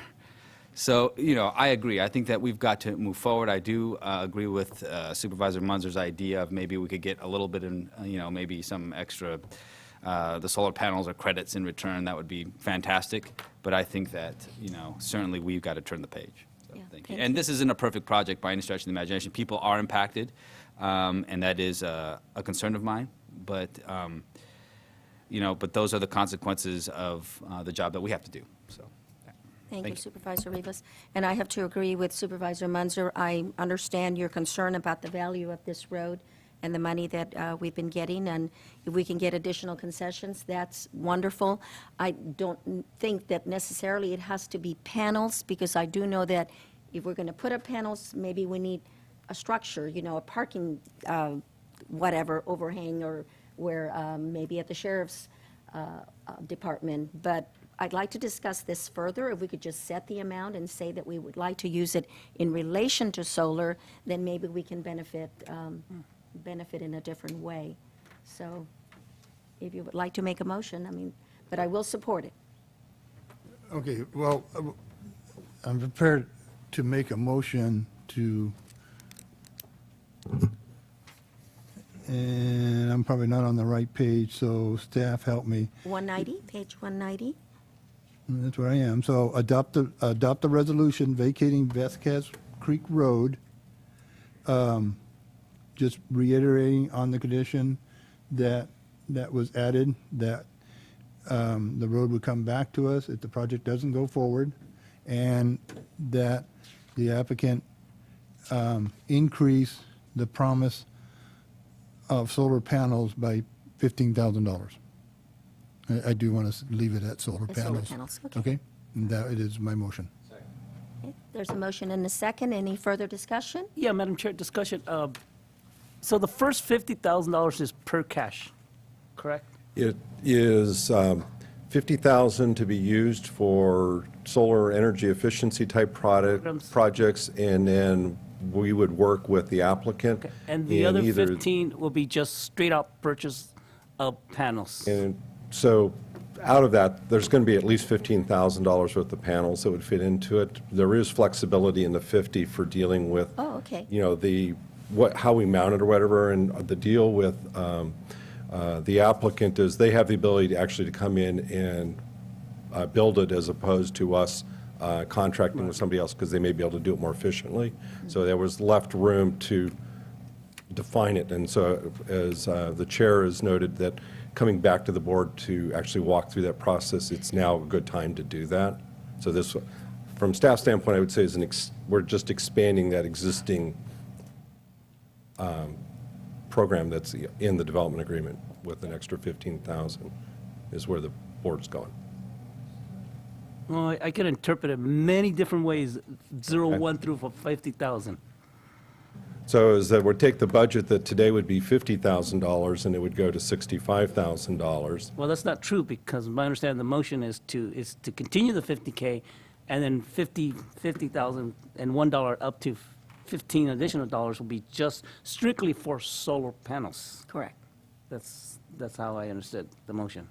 Right, and what's in the development agreement is focused on solar photovoltaic. Well, it's in the agreement allows for solar-related activities, which actually one of my colleagues said about a type of at the schools or even at parking garages or at the sheriff department ops, and so okay. Right, and then we are working through, because our goal is to actually get the biggest bang for that, biggest bang meaning the most return in our reducing our energy cost, and that's where this kind of pays back around. Okay. Is that by investing in the right PV, you actually can reduce your operating cost year after year after year. Yes, so we've done this for a long time. Those details are so minor now that I'm willing to compromise, and let's move forward. Okay. Thank you, Madam Chair. Thank you, Supervisor Dale. Any other comments? Okay, that was, we have a first and we have a second, I believe. Okay, all those in favor? Aye. Madam Chair, if I could just note, there's nothing in the resolution about the 50,000 or the additional 15,000. So there's nothing self-executing in the resolution if that doesn't occur. If you would like something to be added, if you could continue this just to the, like, before you go into closed session, I can run upstairs and augment the resolution to reflect that. Well, So take Madam the vote. Chair, hold on a minute. Madam Supervisor Chair. De La Cruz? I'm sorry, Shirley, no. You can do it right now. It says 50,000, just change the word from 50 to 65. No, we're not. The resolution doesn't say anything about that. We're not dealing with the development agreement. Okay, let me refer to council. Council, what would be the best way to? So the board can make a motion, and the motion can include the additional $15,000 of solar panels. We can make that change and bring it back on the consent calendar next time to have it signed. Or we can continue this motion till this afternoon, so that Shirley can run up and change it. It's up to the board how you want to handle it. Okay, what is the pleasure of the board? I have a question. So the resolution has to mention the 15,000? Well, you're making a deal here. It should be memorialized somewhere. Oh, okay. Supervisor Botello, you had a comment? Yeah, you bring it back to, on the consent calendar would be the resolution or the development agreement? Because No, who we're knows, not, maybe we're the not changing the applicant doesn't development agree. agreement. No, this has nothing to do with the development agreement. It would be the resolution.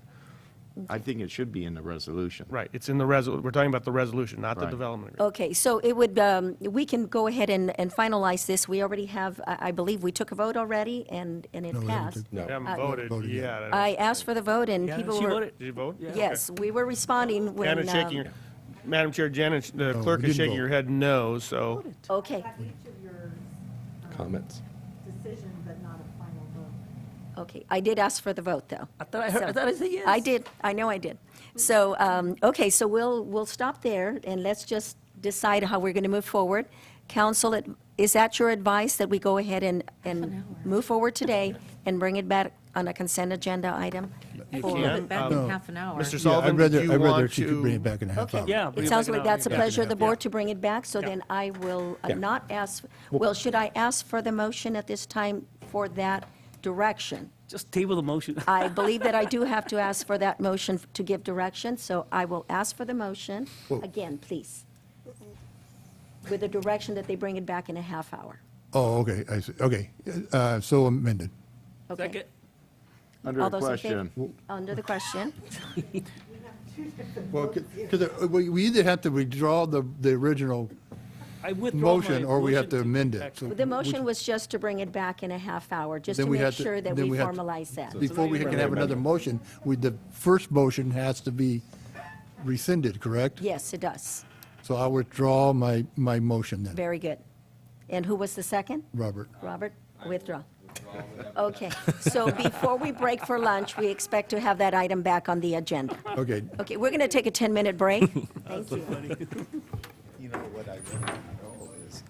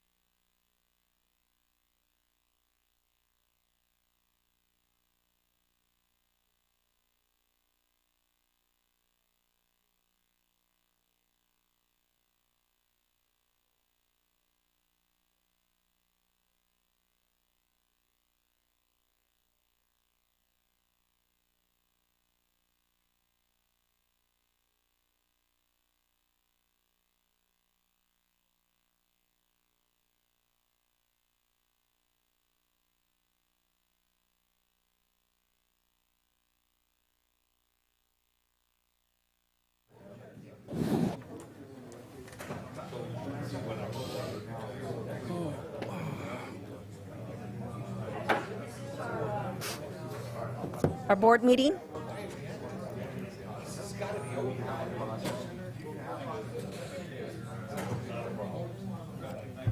I didn't have my mic on. I didn't know what to respond. Okay, the next item on the agenda, as we resume, is item number 18. CEO Espinosa. Thank you, Madam Chair. Yes, the next two items actually really relate to each other, but the first one on our regular agenda is item number 18, and this is coming out of our planning department, and we have our interim planning director here, Byron Turner, as well as EMC Michael Groves, to give your board an update. Your board had requested an update on the general plan at our last board meeting, so we have Byron here to start us off. I've been asked to give an update. We have the work product from EMC. Staff is in possession of the draft environmental impact report. Staff is reviewing that document right now. As you know, the general plan has been completed and is posted on our website, has been for some time, but this environmental document was the next piece of it. Staff is reviewing it and currently providing feedback to the consultant. Planning staff has reviewed it, Public Works is reviewing it, COG has reviewed it, Integrated Waste, Water District, and legal counsel. We're very excited about getting this document out on the street and getting some public comment on it, and that way we get moving. Not to throw any more pressure on ourselves that isn't already there, but on Sunday I was reminded another reason why this document is so important. The visitors, there's a little statistic, the visitors to the Super Bowl travel 4 hours away from the destination in a 4-hour radius to visit as they're visiting the city where the Super Bowl's in. So as you know, the Super Bowl is going to be in Santa Clara next year. It would sure be very important. It's again very important to have that wine and hospitality overlay in place and something that we can promote for our community, as well as the commercial opportunities when we're going to have visitors from all over the country focused on this region. So with that said, I wanted to turn it over to Michael. He's going to update the schedule and let you know what the next steps are once the county completes its review.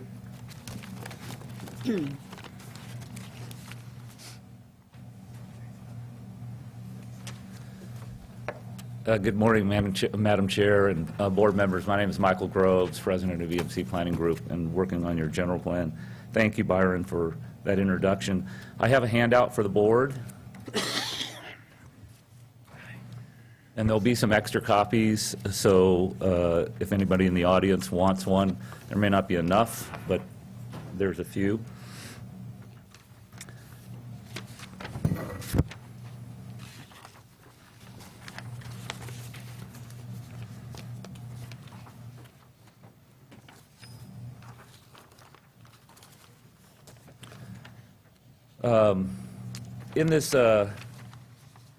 In this handout, it's a fairly simple handout. It basically just has the schedule on it. And just to recall conversations we've had in the past, EMC Planning Group began at the beginning of 2014 working on the general plan. By May 6th of 2014, we had updated the general plan, had gone through several workshops with the board and the Planning Commission, and have basically had the board accept the general plan, not adopt, but accept the general plan as it is, and so that we could lock it in and start on the environmental process. We anticipated having the environmental process take place between May and essentially September. And that time frame got extended primarily because of transportation issues, air quality issues, and greenhouse gas issues.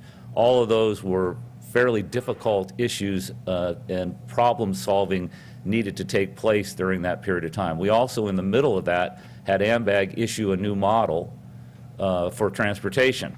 And so we had to then take into account that new model. So some things got thrown at us that we hadn't expected that really cost us a couple of months. We completed the general plan EIR in December, prior to Christmas, and submitted that to the planning department.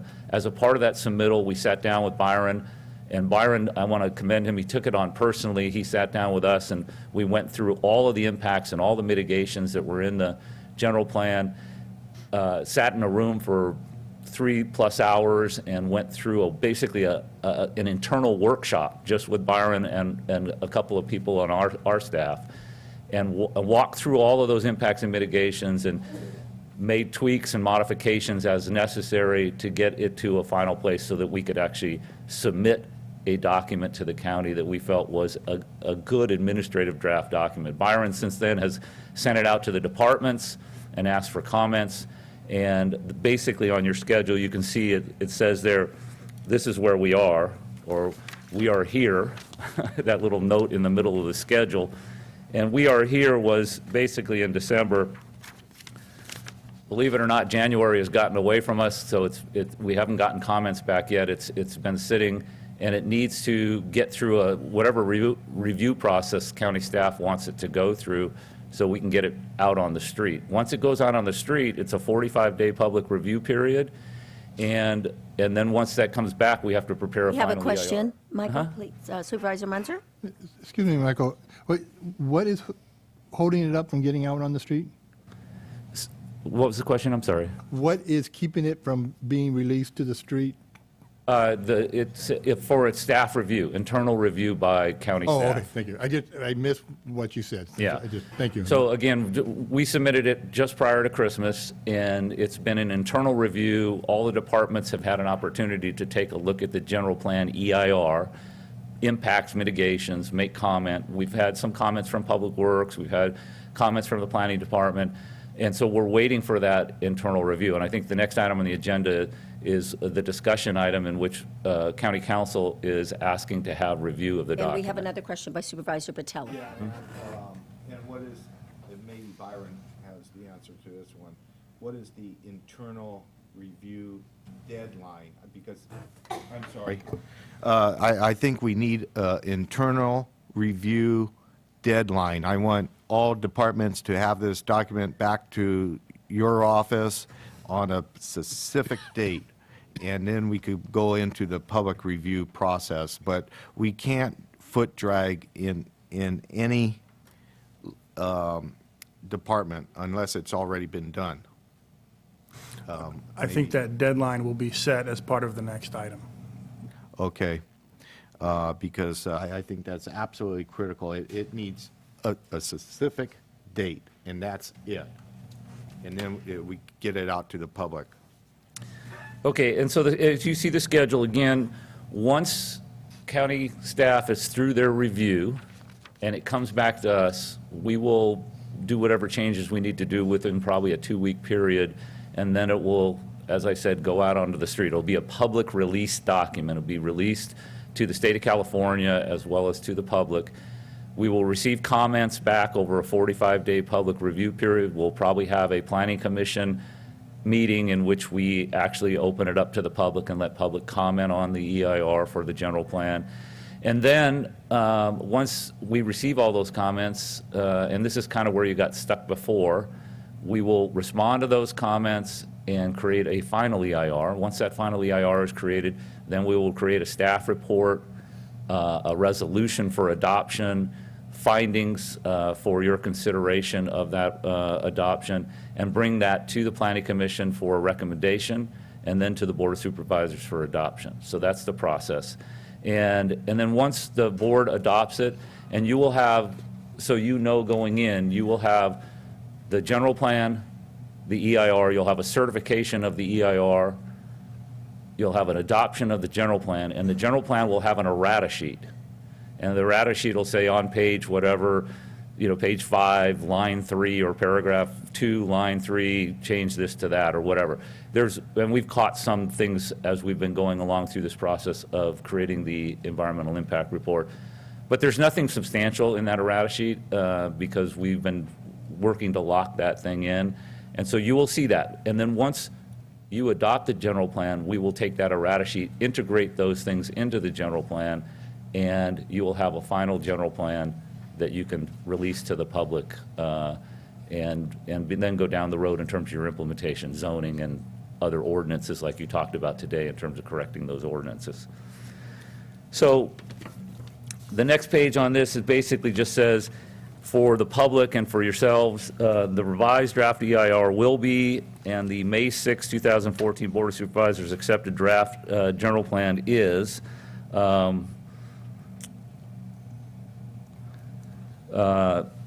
basically at this website. It's the county's website.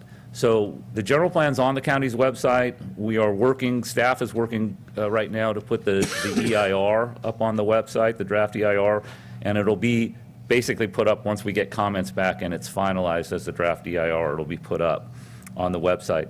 The other documents that are listed there are on the San Benito County GeneralPlan.com location, and eventually by about April, we'll move all of that stuff to one website, so it'll be all on the county's website.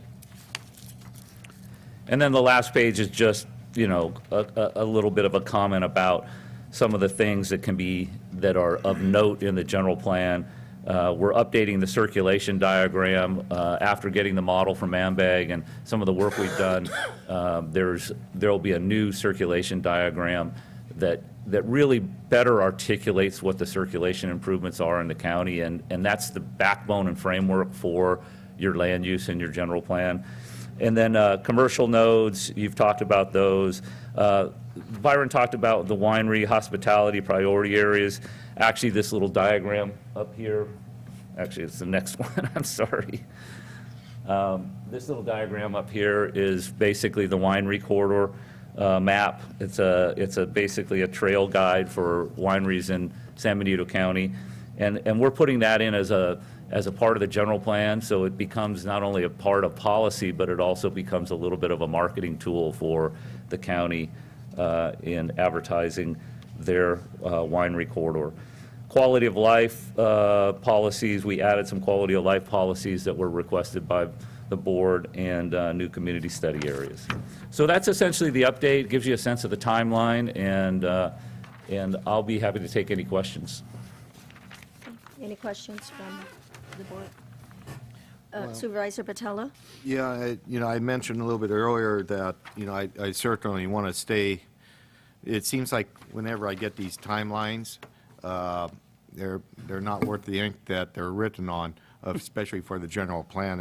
And this is the last timeline I really want to see. As we go through this, so that we need to hold your feet to the fire as well, to make sure that we stick to this. Staffs get done end of February with their review and getting this back to your office for the changes that need to be made, if there's any. And we just have to stick with this. I can't put it more of a bigger emphasis. And everybody that's working on this needs to be accountable now. Yeah. So that's my comment. Thank you, Supervisor Botello.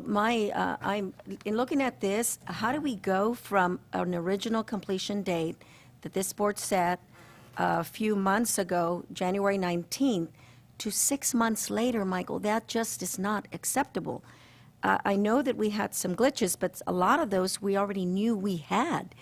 And the only surprise was the AMBAG one, and I thought even after we got that, we still had set a completion date of January. So how did we go from January to June? I don't understand it. Well, it's pretty simple. We don't have a document that we can put out on the street, and until we have a document we can put out on the street, the timeline just keeps getting expanded. I told you that we would get this document ready by December, and we did. And it needs to be reviewed, but we need to get it out because the real review is going to come from the public and the comments we get. The thing that the hardest piece for me is we started with a document that had already been prepared. So we had to modify that document. There's disadvantages and advantages of that. But the advantage was that we had a document that had already been prepared, had already been sent out to the public, and it already had comments on it. So we had a little bit of a running start. We have an advantage in knowing what the comments probably will be, and we were able to address those in creating a new administrative draft document.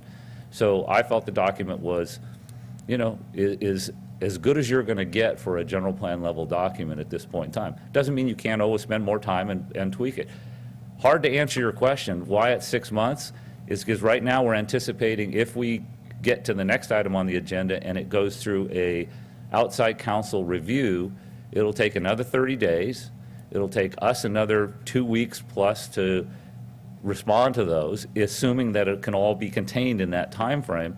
And then we send it out on the street for 45 days, and then we go to hearings. My anticipation was that we would have this out on the street the first week of January. At the end of the first week of January, That was our anticipation here, too. you would then be done with your public review period in February, and you would be basically at hearings in March and April. Planning Commission in March and Board of Supervisors in April. Well, because of that delay, we're not there.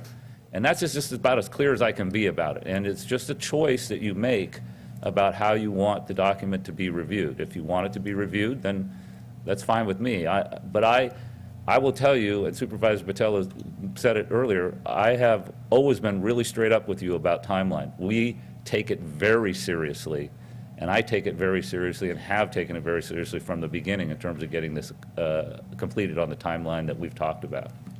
Well, thank you, and I know that you're doing the very best that you can, but I think probably what's very disturbing for me is that we have on here, on the last page that you gave us, the commercial nodes to promote commercial uses at key opportunities, sites, quality of life to attract and retain businesses, primarily to attract businesses, and it's just, you know, the longer we go, obviously, the more we're going to lose, because a lot of folks are out there waiting for us to move forward with this, and they can't move forward if we're sitting on it, so.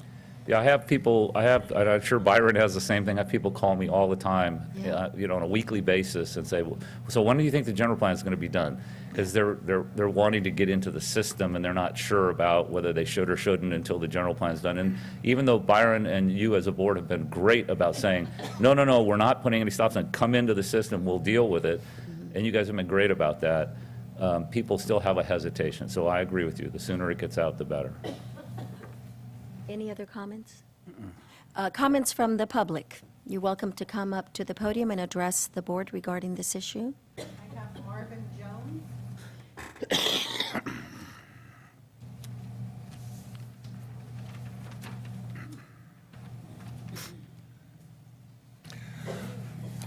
Madam Chair, board members, I think Barnes done as good a job as he could be done under the circumstances that he has been dealt with.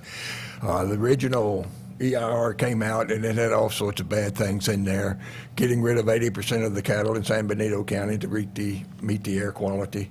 I hope that has been addressed. We do need to keep some cows in San Benito County. The bit with the wine trail, very good, by golly. Good addition there. You're going to be trying to attract some attention, tourists and whatever else, and hope you get this done in time for the Super Bowl. It's just a year and a few days away. And that, but the general plan still has a lot of the not in my backyard type elements in it. I think Supervisor Bertello a year or two ago mentioned that who wrote these things? Look like they've got a template to follow. I think they were your words at the time. And they do. Last year you heard a couple of sound bites on Agenda 21, and many of them were taken in reference to the Rio de Janeiro document from the United Nations. And you can connect many of them, a few of them at least, right to the general plan. It's been a couple of years. I've seen some new faces on the board since the last time that I made a suggestion that you modify your county logo up there. You need a banana on the county logo, a nice yellow banana there on the green. Banana being an acronym for build absolutely nothing, anywhere, near anything. That's what your general plan says. I'd be interested to see what the new EIR says. Thank you for your time. Thank you. No other speaker cards. Anybody else from the public that would like to address the board?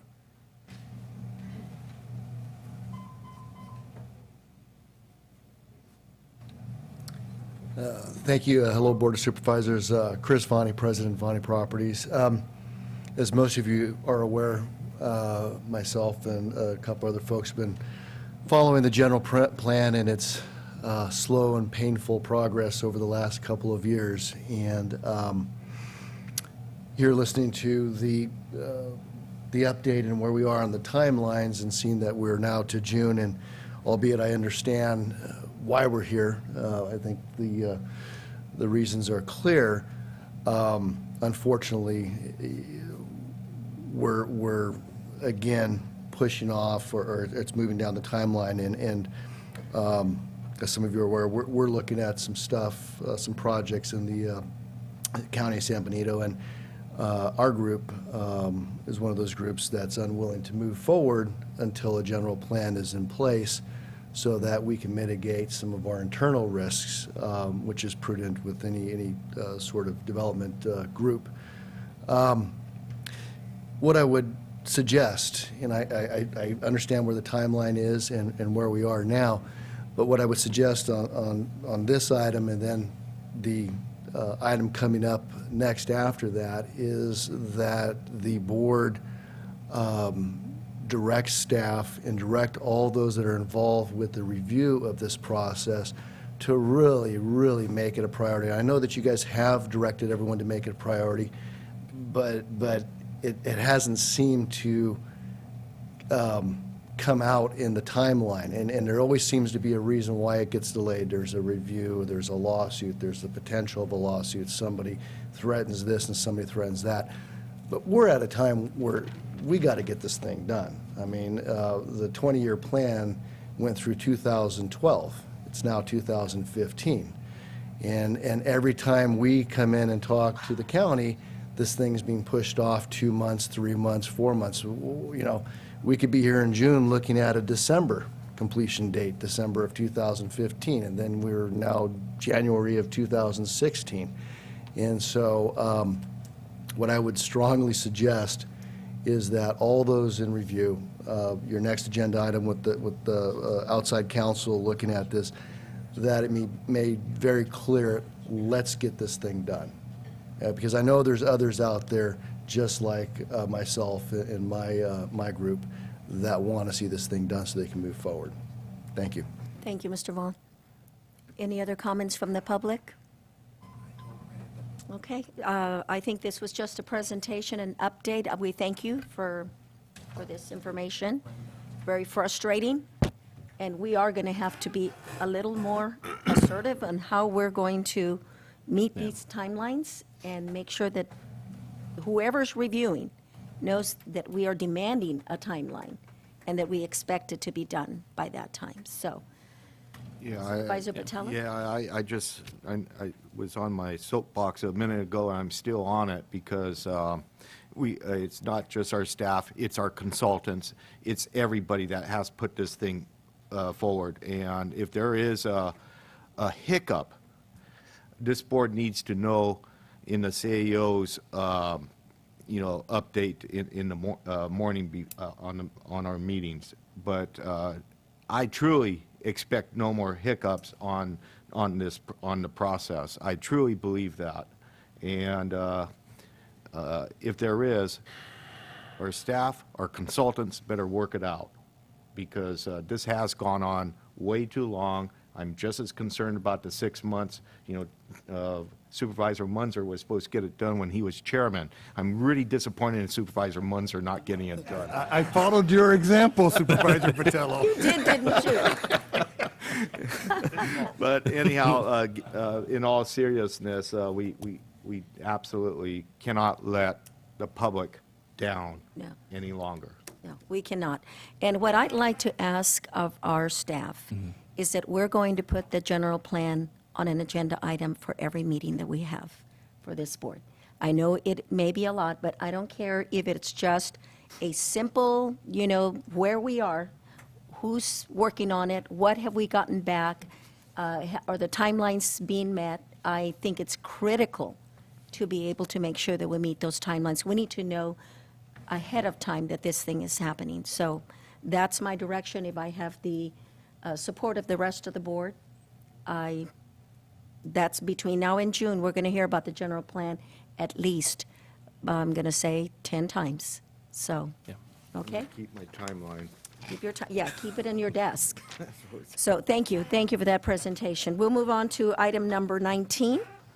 Thank you, Madam Chair.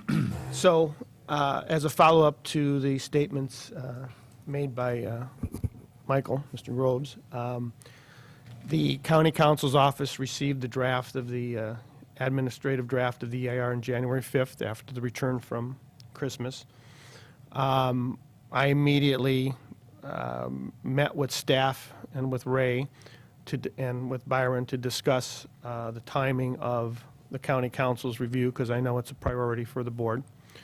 I want to remind the board that at no time when the documents were being developed by Mintier Harnish was any attorney representing the county or hired by the county had given an opportunity to review those documents. And this isn't a criticism of EMC, but during the time that EMC has had the documents, there has been no attorney review of the documents either. So the first time that your county council has had to review the EIR, which the county has the responsibility to make sure that it's a legally defensible document, is right now.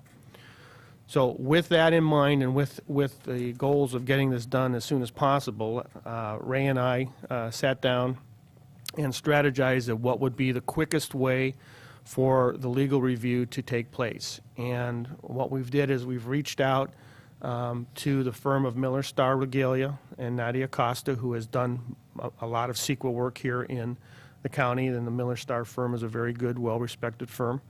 And she has agreed to basically clear her schedule and to do nothing but review the 300 to 400 pages of the EIR and the general plan that need to be reviewed over the next 30 days. So she is on a 30-day timeline and a $50,000 budget, which is a very good, from an economic standpoint, that's a very fair price. She's actually doing us a favor for doing it for that amount. She understands, and my staff understands, that there is no delay in this, that it has to be, the review has to be finished in the 30 days, so by the March 3rd meeting. Their charge is to review the EIR for substantive legal issues. Since we have not seen the document, I can't tell you whether there are substantive legal issues in there or not. I know that EMC and Mr. Groves has spent a lot of time working very hard to ensure that there aren't, and that is our hope.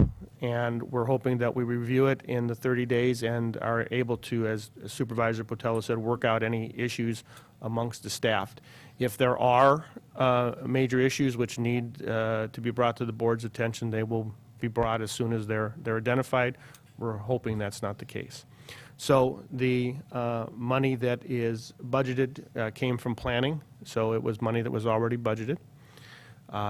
And I think that given our staffing issues and other issues in the county, that this is the most affordable and fastest way to address the issue of how do we get what is probably one of the more important documents this county is ever going to issue, some sort of substantive legal review in a reasonable process, in a reasonable time frame, and for a reasonable amount of money.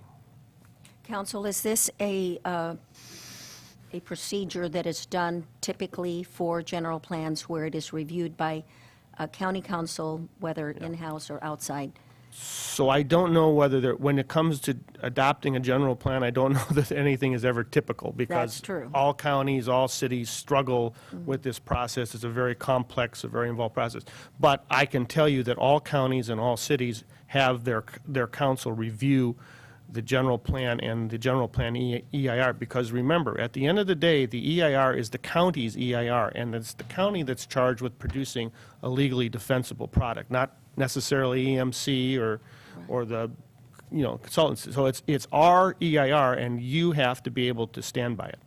Now, the next question is, we have not added the timeline here. We start at February the 3rd, which is today, but I didn't see where it ended on March the 3rd, and I think that needs to be specific, and maybe I missed it. Yeah, so if you look at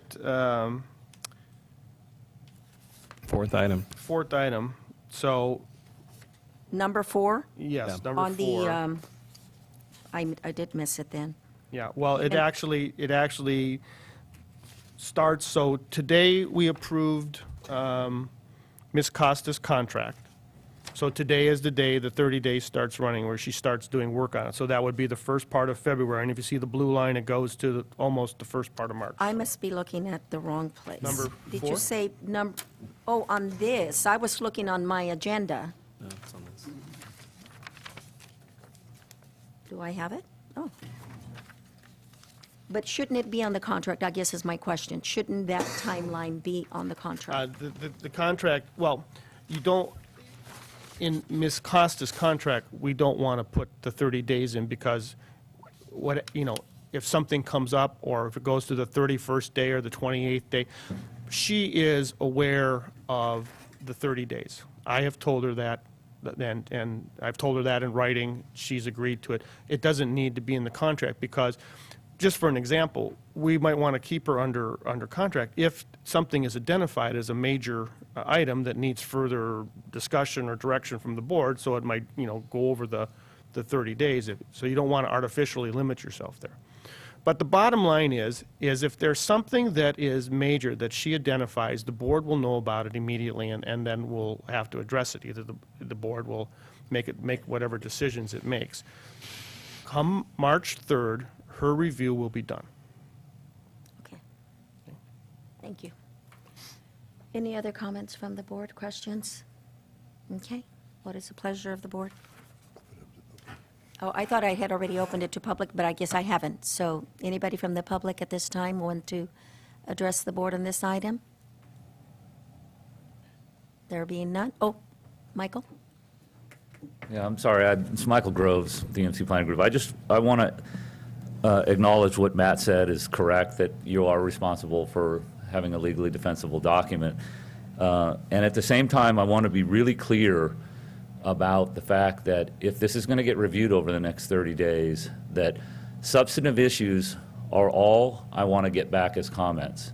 And I want those comments to come, I prefer them to come, they can either come as strike through or underline, or they can come through as a comment letter. I don't really care which one, but I want them to be substantive. And Matt and I had this conversation, and the purpose of that is I don't want to see style changes. I don't want to see editing unless it's an obvious typo or something like that. But I don't want to see style change. I don't want to spend the next, 2 months trying to fix a document in some style because somebody else wants a different style. And I'm going to be really clear about that because that's happened before in this county, and it's not something, it's a waste of everybody's time and money. And I'll be really clear about that. So that's my request, that the board give that as a part of the direction, that we're talking about issues that make it legally defensible only. Because I believe it's a legally defensible document as it stands today, and I hope that that review is short and sweet. The next piece of that puzzle is our budget.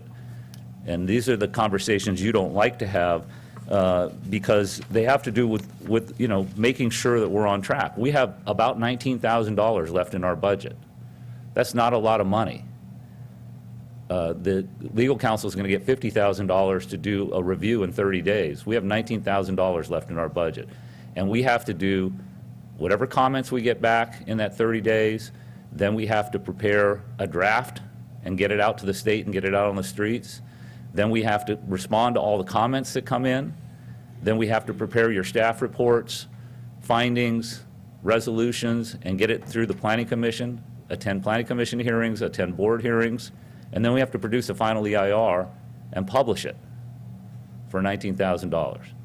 So that's our budget that's left. So I can't afford to spend more than about $2,000 in this process. What we have budgeted is about $2,000 to get comments back from Nadia as a part of this process. So I just want to be really clear about what we're getting back and how that process will go. Thank you. Thank you. I think Yeah, council. so as Mr. Groves indicated, we have had that discussion, and those are my instructions to Ms. Costa, is only to look for major substantive legal issues. So what I think is going to happen after the meeting is that I will invite Mr. Groves to meet with Nadia and myself, and then he can reinforce what Nadia already knows, but just to make sure that we're all on the same page. And then we can discuss amongst ourselves at the staff level the best way to for Mr. Groves and EMC to receive any input that Ms. Costa might have in a way that increases the efficiency. So you don't need to worry about that. That's what you have your staff for. We will work together to make sure this is as seamless as possible. Okay, thank you. We have his word. Yeah, Madam You have Chair, my word. I certainly have confidence that Council Granger is going to see that we're talking about substance. Substance. Yeah, and Issues of substance and defensible. and and we've spent plenty of money on this general plan. Regardless of what's left of what's in the budget, it needs to get done now. And there's not that much more for us to put into the effort other than what we're doing right now. Right. And Supervisor Botello, you had mentioned specific dates and specific timelines for some of these. They're here. So I think in having these presentations, we want to see this at every board meeting to see where we are on the timeline that we're meeting it. So any other comments from the public? Hello, my name is Joe Giacalone. I'm with Giacalone Management, and I'm here with Chris Vani. My comment is that if Nadia, if your council could direct Nadia to have her comments to your consultant within 2 weeks instead of 30 days, so that he has 2 weeks to respond to him, so that when he comes back to the February, is it March 3rd? Whatever the next meeting is, that he can address those comments so that we don't lose another 30 days. I realize it's a 400-page document. However, a lot of it is boilerplate, and there's only a few areas that she needs to address. If she's going to commit her full time to this and charge this county $50,000 to do it, I don't see a need for her to take 30 days to comment on those, and then we'll lose another 30 days. She should be able to address her concerns within those areas of the document to your planner here, so that he can address those and get them done, if anything needs to be done with them, by the next meeting, so we don't lose another 30 days. Because if she is allowed 30 days, then he's going to take the time, and then we lose another month. And personally, as I've talked to some of the supervisors about, we can't wait much longer. I understand. And that's all I have to say. Thank you. Okay, thank you, Mr. Giacalone. Anybody else from the public that would like to comment on this item? Okay, those points, Council, are well taken. If there's any way that you can talk to Nadia and say, you know what, sooner is better than later, if there's any way you can devote more staff, more time, you know our urgency, so. I just got an email from her, and she has already has one of her associates in her office, a man by the name of Matt Henderson, who's a very experienced CEQA planner. He's actually started the review, so it's Very started. good. We're putting a lot of trust and a lot of money into a very short period of time. So, and I know it's a good deal because I know how much these things cost. But in any event, we expect, the results as soon as possible. Yeah. Any other comments from the board? Yeah, maybe she could eat, it's just like eating dinner. Eat the meat and potatoes first, get the hard stuff done early on in the process, and save the dessert for later. And the stuff that you don't expect too many comments or substantial changes, that's how I would approach it. Okay. Yeah. So as I indicated, we'll be meeting with Mr. Groves, and Mr. Groves, myself, Nadia, whoever else can have that discussion about what is the most efficient way to address this review. Thank you. We appreciate that. Okay. What's the pleasure of the board? I'll move per staff recommendation. Second. Okay. All those in favor? Oh, any discussion? All those in favor? Aye. Aye. Opposed? Motion carries. Thank you. Item number 20, That's correct. CAO Espinosa. Thank you, Madam Chair. Yes, this particular item's coming out of our Public Works office. We have Joe Howardell here to comment on this particular item. This is in reference to the Homeless Services Center, and to bring back to your board a few options so that we can have a decision on where we need to go with the CDBG grant. So Joe has put together a package and outlined where these locations would be in our county. So Joe? Thank you. I just passed out a revision to a chart that was in the staff report. I'm just looking to see where I stuck. Oh, there's the staff report. And just to highlight, there were a couple of changes under the land cost. I had previously, I think the version that went out to the board showed $50,000 for the sites at McCloskey and HHSA. And that was actually per acre, and since they're 2-acre sites, so I put that at the $100,000. So today, in front of what we're presenting to the board is looking at potential sites of where to put a homeless shelter service center in the county of San Benito. And staff from HHSA, County Exec's Office, Public Works Planning, we've looked at a number, and also working with the city, have looked at a number of sites. We've brought 3 before you today that we think are the best choices of where to look at. And in the staff report, staff wanted to go through and explain how those sites work. We think each of them really are opportunity sites to do this important facility. Each of them have their challenges. And so we wanted to make sure that the board had the opportunity, and the public the opportunity, to see how to walk through those.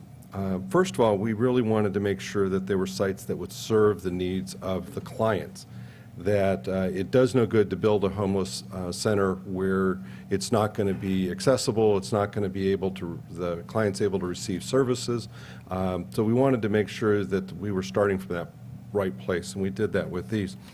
So the first site, the hospital site, the board has talked about selling this in the past. This is a county-owned facility, the former county hospital that is today vacant. This is a site that we brought into the mix when the land transaction fell apart with a potential buyer as a good location. We already have some other synergies with the current migrant center being used for homeless services during the wintertime. So we're already in the area, clients are already used to the location. It does have some challenges, and so we walked through that in the staff report because of the existing hospital. And staff's already been looking at some options of how we can take that building down and looking for grants or some different ways around that, because that is our ultimate goal, is to clear that site. Despite the building being on the site, we do believe that there actually is a developable portion of the site that would allow us to build a homeless facility on the property. Because of its configuration and triangular shape, it is a little bit more constrained. It's a little bit smaller, so it is going to take some more work. So I think that's the biggest constraint with that site, is just working with it. It does have utilities available to it. It is adjacent to the COG bus yard, so while it is not served by bus service today, it's one that talked with Mary this morning, that she's aware of the proposal, and it's one that would look at potential reroutes to it. It would take a pretty significant rerouting of their system to do it, but they are willing to look at that. It is one that, from a proximity of what's around it, we do have a residential neighborhood below the site, down the hill, that we would need to be sensitive to as a part of how this is located. But again, this is a site that, when the hospital building disappears, ultimately is going to allow a larger, richer mix of uses potentially, and that's one of the things that's been talked about in the homeless groups working on the project, is, are there other ancillary uses that maybe make sense with it? So there are some opportunities that why we brought this one forward. The second site I want to talk about is the McCloskey Road site, and this is one that is near HHSA. It is a site that there's some other nonprofit agencies already looking at this property for some other facilities. And so again, looking at synergy, we thought that this was one that had some benefits. It's a much larger site, so there's a lot more flexibility about where a specific facility would be situated. It has utilities that are either in the frontage of the road or just down the block at San Felipe. So again, it's well served by utilities.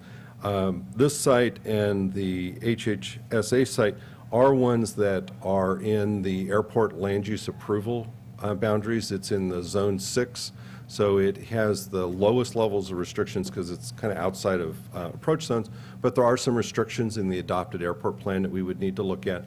And I didn't put that in staff report. It was something that Mary and I were working on after the report got out. So there are some things that we would have to look at about the actual occupancy loads with those sites. The plan in the past has talked about 200 square feet per person. I haven't done the math because we haven't designed a total building component, but it's one that we would have to look at to make sure that we would fit within those limitations.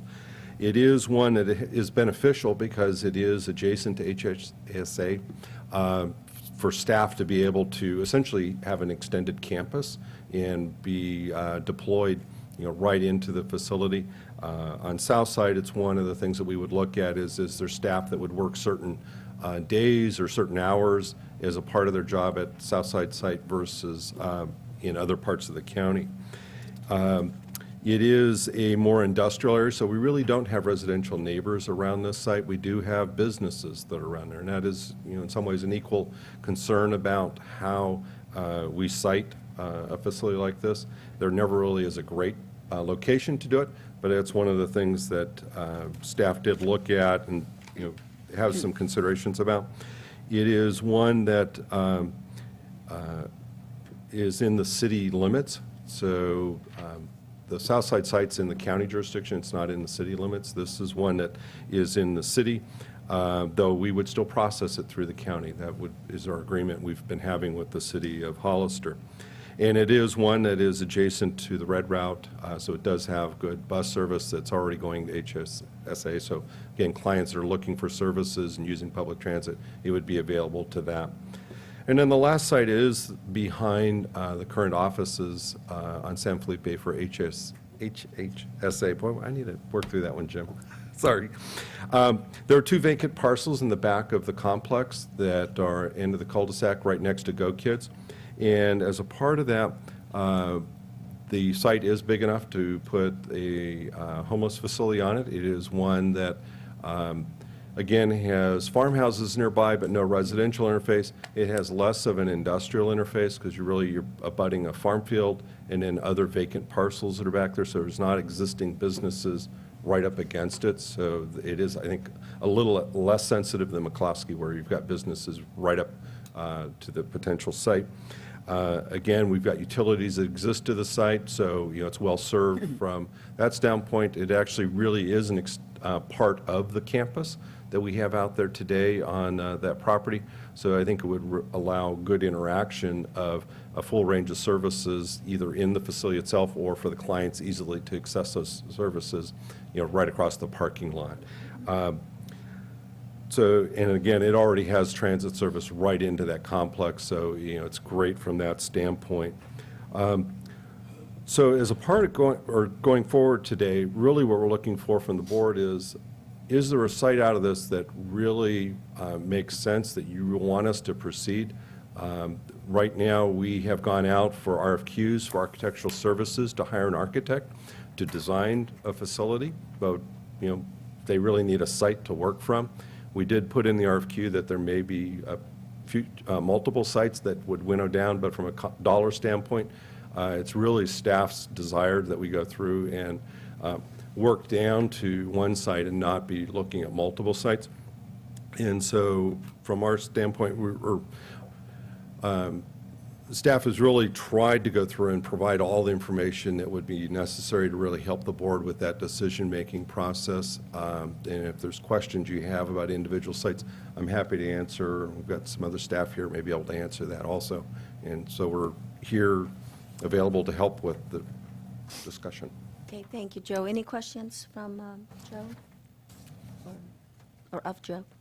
Okay, I'd like to invite Jim to come up, primarily because he has headed up the committee, and I know Supervisor Botello and I have sat on some of these discussions, and he has a lot of information. So in a nutshell, Jim, the process and how we arrived at these 3 sites. Okay. Well, first of all, it would be helpful if the board would say, this is the site. That would give us the opportunity to get back with the state and begin to have some, real substantial conversations about how to move forward. And also, once that Joe has, hired an architect, we can begin to work on that. I have to say, it's an emerging conversation. Every time I sit down and meet with people, as we did yesterday with the Homeless Planning Committee, something new comes up.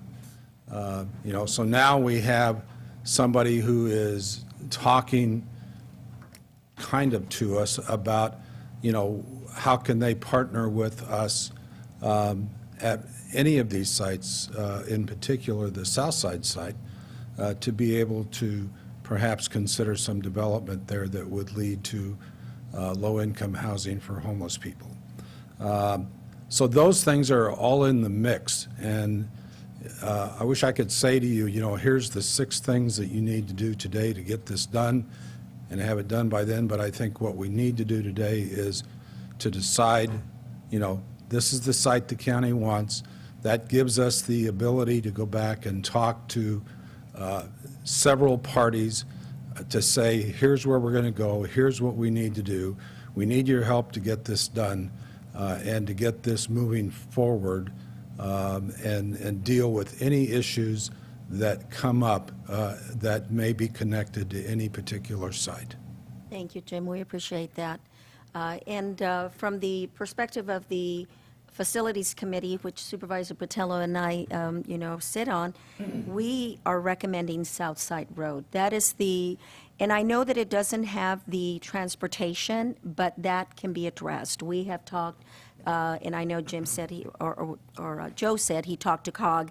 I don't think that's going to be an issue. There are there's other activity there, like the migrant camp and also the homeless during the winter months. So there is some connectivity there already.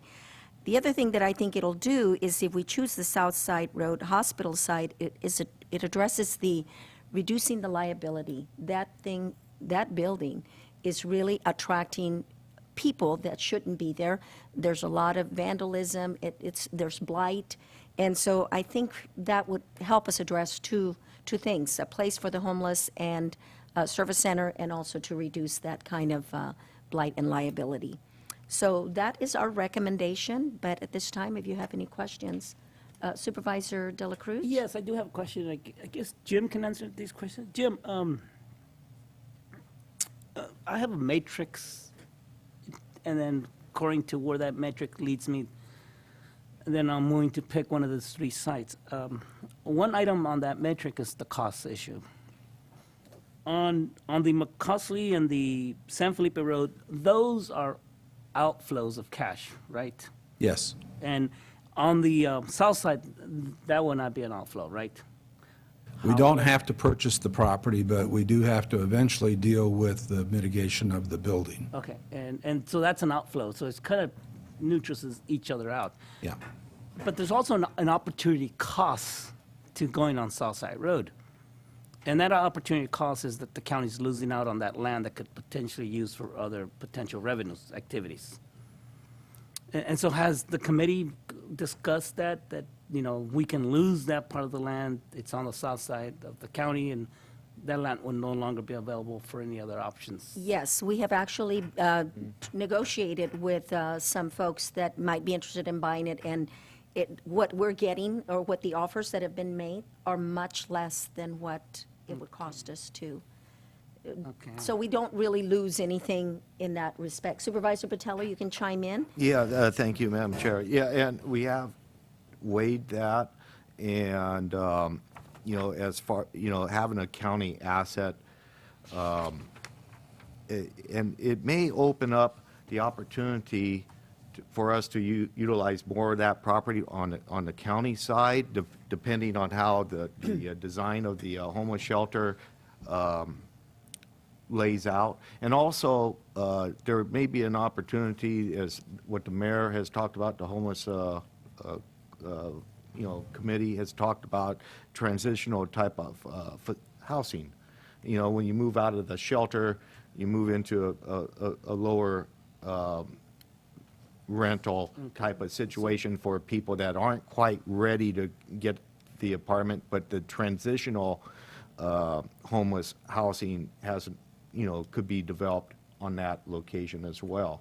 Right. So there's a lot of opportunity, I think, that we could provide a lot of benefit So to the whole community. Madam Chair, so beyond where the old Hazel Hawkins sits at, beyond that, there's other plans or wish lists of other ideas we want to do.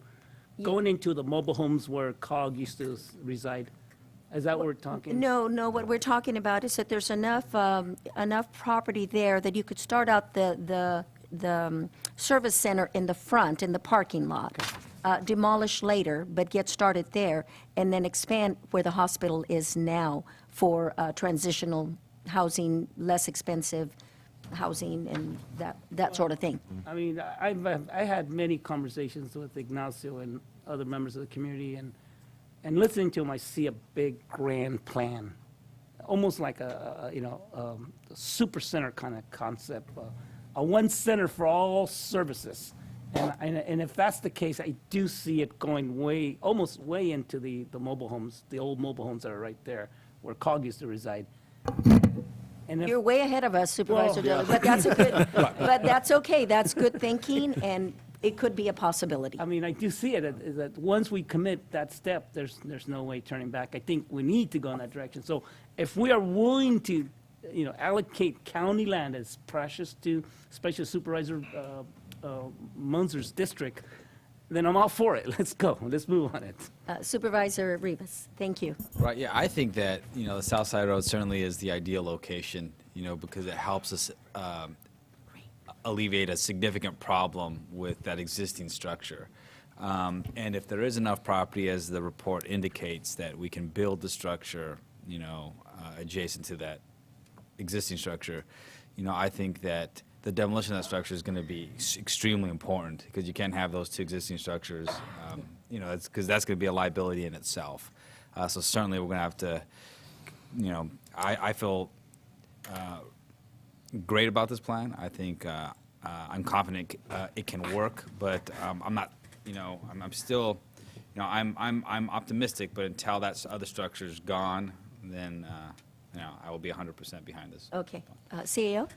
Thank you, Madam Chair. Yes, one thing I wanted to add to both the comments, Supervisor De La Cruz and Supervisor Rivas, is during the meetings we've actually discussed, the demolition of that building, and brownfield grant funding has come into the conversation to actually use other funding to actually demolish that building. So I know that we actually, I think Health and Human Services, some of their staff and an individual that's working with us with grants is actually going to be looking at that coming up here in the next month or so. And at that point, we'll probably have, the ability to remove that. Yeah, thank you for that information. And I just need to add one more thing, and yet I think Supervisor De La Cruz is correct by, it is being Supervisor Munzer's district, but I have spoke with a number of homeless people, and they have stated that they'll be the strongest supporters of Supervisor Munzer if he just leaves. There you have it. There you have it. In the interest of time, because we have one supervisor that needs to go to an appointment, I will ask the public to comment on this item at this time. I have Jim Dazzle.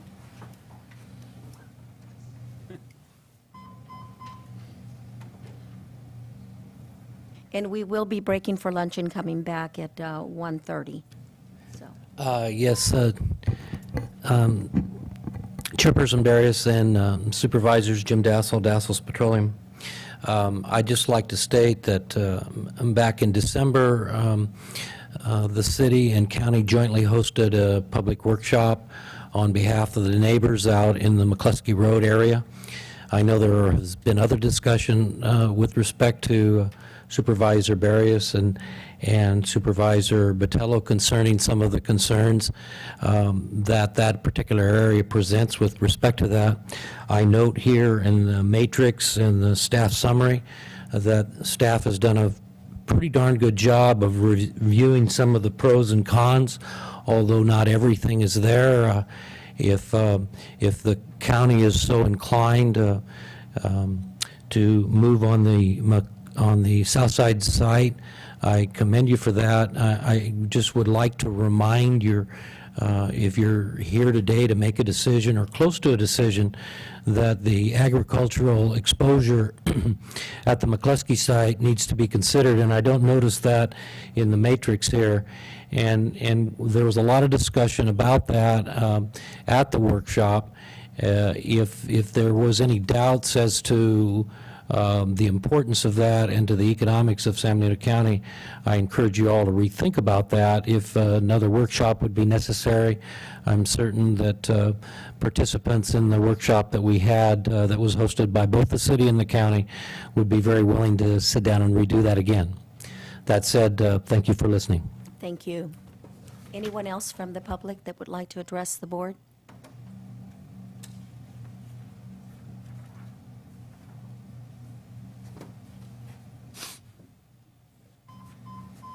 I didn't fill out a card. I was here for something else. Hi, I'm John Brigantino. I'm a partner in a piece of property here on Park Hill, and I wasn't really here for this. I was listening for something else, but you know, over the last 7-8 years, we've had the constant problem of evicting people from that property. So we'd, you know, have the sheriffs evict them. They'd leave. Then they'd move down to San Benito Street, and then they'd go next to McDonald's, and they'd move around in that area. And I'd always ask the homeless lady, I'd say, or the lady that ran the homeless shelter, I'd say, why don't they go out to the homeless shelter? And she says, it's too far from town. They don't like it. They don't like being out that far. It's too far of a walk. So I kind of feel if it's too far from town, I'm going to still have the same problem. You might build the homeless shelter out there, and then I'm going to still have to be evicting the people because it's too far from town. So that's the only comment I have is have you spoken with the people that run that homeless shelter and or you know, that deal with the homeless to make sure that it's not too far from town, so that the people that are downtown now will actually use it. I'd hate to see you build something, have a nice, wherever it is, have it built, and then the people are still downtown instead of using the shelter because it's not where they want to be. Yeah, and that's why we're addressing the transportation and having conversation with COG, because hopefully they will help us to address that problem with having easy access by bus, inexpensive transportation for these folks, or maybe free transportation. You know, and there's some people that, you know, will go out and use it, but some of them are, I don't know, from what I've seen up there, they're not going to get on a bus. Yeah, and you They're know gonna what, live that'll downtown. happen no matter what location you're at. So our hope is that we can address the majority of the problem, but we understand that it may not go away 100%. So Okay. Okay, but yes, we are considering the transportation part of it. Okay. Yeah, I don't have a particular, I don't care which site, but just to make sure that they'll actually use it. Yes. And not be living under those trees anymore. Okay. Thank you. Okay, thank you. Thank you. Any other comments from the public? Richard?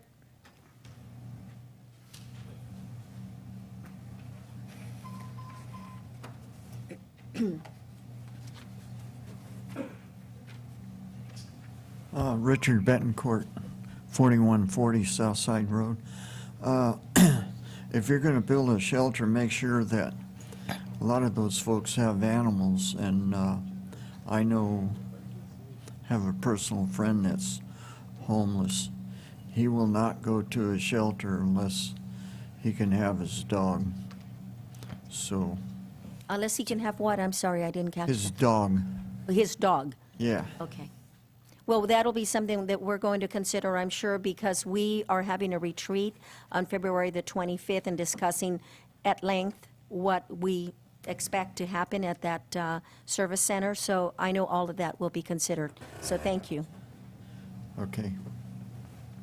Any other comments regarding this issue? I'll bring it, oh, no. I'll bring it back to the board for a decision. Madam Chair, I have not made further my... discussion? I have not made my comments yet. I'm sorry, I apologize, please. Okay, I just want to bring back to the attention of this board that we've had an estimate, and I verified it with our interim public work director, that we'd have a $500,000 price tag to demolish that building. And yes, we can talk about all the grants out there, but we all know how hard it is for San Diego County to obtain those grants because of our size and everything. And I agree, and I apologize to my colleague, I don't remember if it was Supervisor Rivas or Supervisor De La Cruz, that said that the homeless shelter would not be compatible with the existing facility out there. I fully agree with that. I think we're going to be ending up with issues if the old hospital is sitting there next to the new homeless shelter. And if Supervisor De La Cruz wanted to encroach upon Public Works property to expand this, then are we going to be looking to move our whole yard someplace else at some point? So anyway, so there is a definite cost to that land, even though staff put a zero cost. There are costs to it. I also have concerns about it being so far out, because I have heard that too, that the homeless do not like to go out there that far. This is the first I've heard of the airport concerns about the other two locations, and I actually Googled it, the site, and it doesn't look like it's in the flight path, but I actually have a meeting scheduled with Mary tomorrow, so I'll talk to her about that. So we definitely do not want to put a homeless shelter underneath a flight path, obviously. So we need to make sure of those concerns about the other two sites. But for me, the HASA San Felipe Road site makes the most sense. It's actually more acreage than the Southside Road Hospital site, unless we start encroaching upon our own public works area. It is there by many of the services that the homeless need. The One Stop, the community pantry, many of our county services, mental health, are all located out there, and it seems like it would make the most sense to have it located there with our own services. So those are kind of my thoughts on it at this point. Thank you, Supervisor Munzer. My apologies for skipping you or ignoring you altogether. Anybody else, any other comments or concerns? Okay. We'll go ahead and entertain a motion then for this item. I'll make a motion that we move forward with the Southside Road Hospital site. There's a motion. I will second. All those in, any discussion? All those in favor? Aye. Aye. Aye. Opposed? No. Okay, it passes 4-1. Okay, we're going to go ahead and break now and come back at 1:30.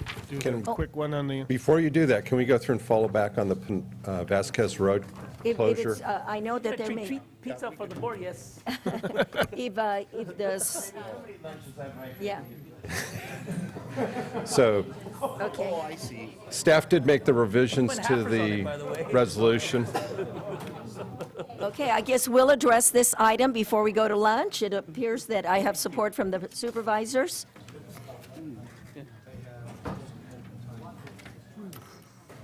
So Shirley, only on page 5 then, that is the only change that was made? Yeah, I printed out a complete copy of the clean resolution, but the changes are redlined on that first Okay. sheet. If I can, Madam Chair, I'll make a motion to adopt the resolution as presented by county staff. Okay, there's a motion. Is there a second? Second. A motion and a second. Any further discussion? All those in favor? Aye. Aye. Opposed? Motion carries. Now we will break for lunch and be back at 1:30. Thank you. Thanks, Mike.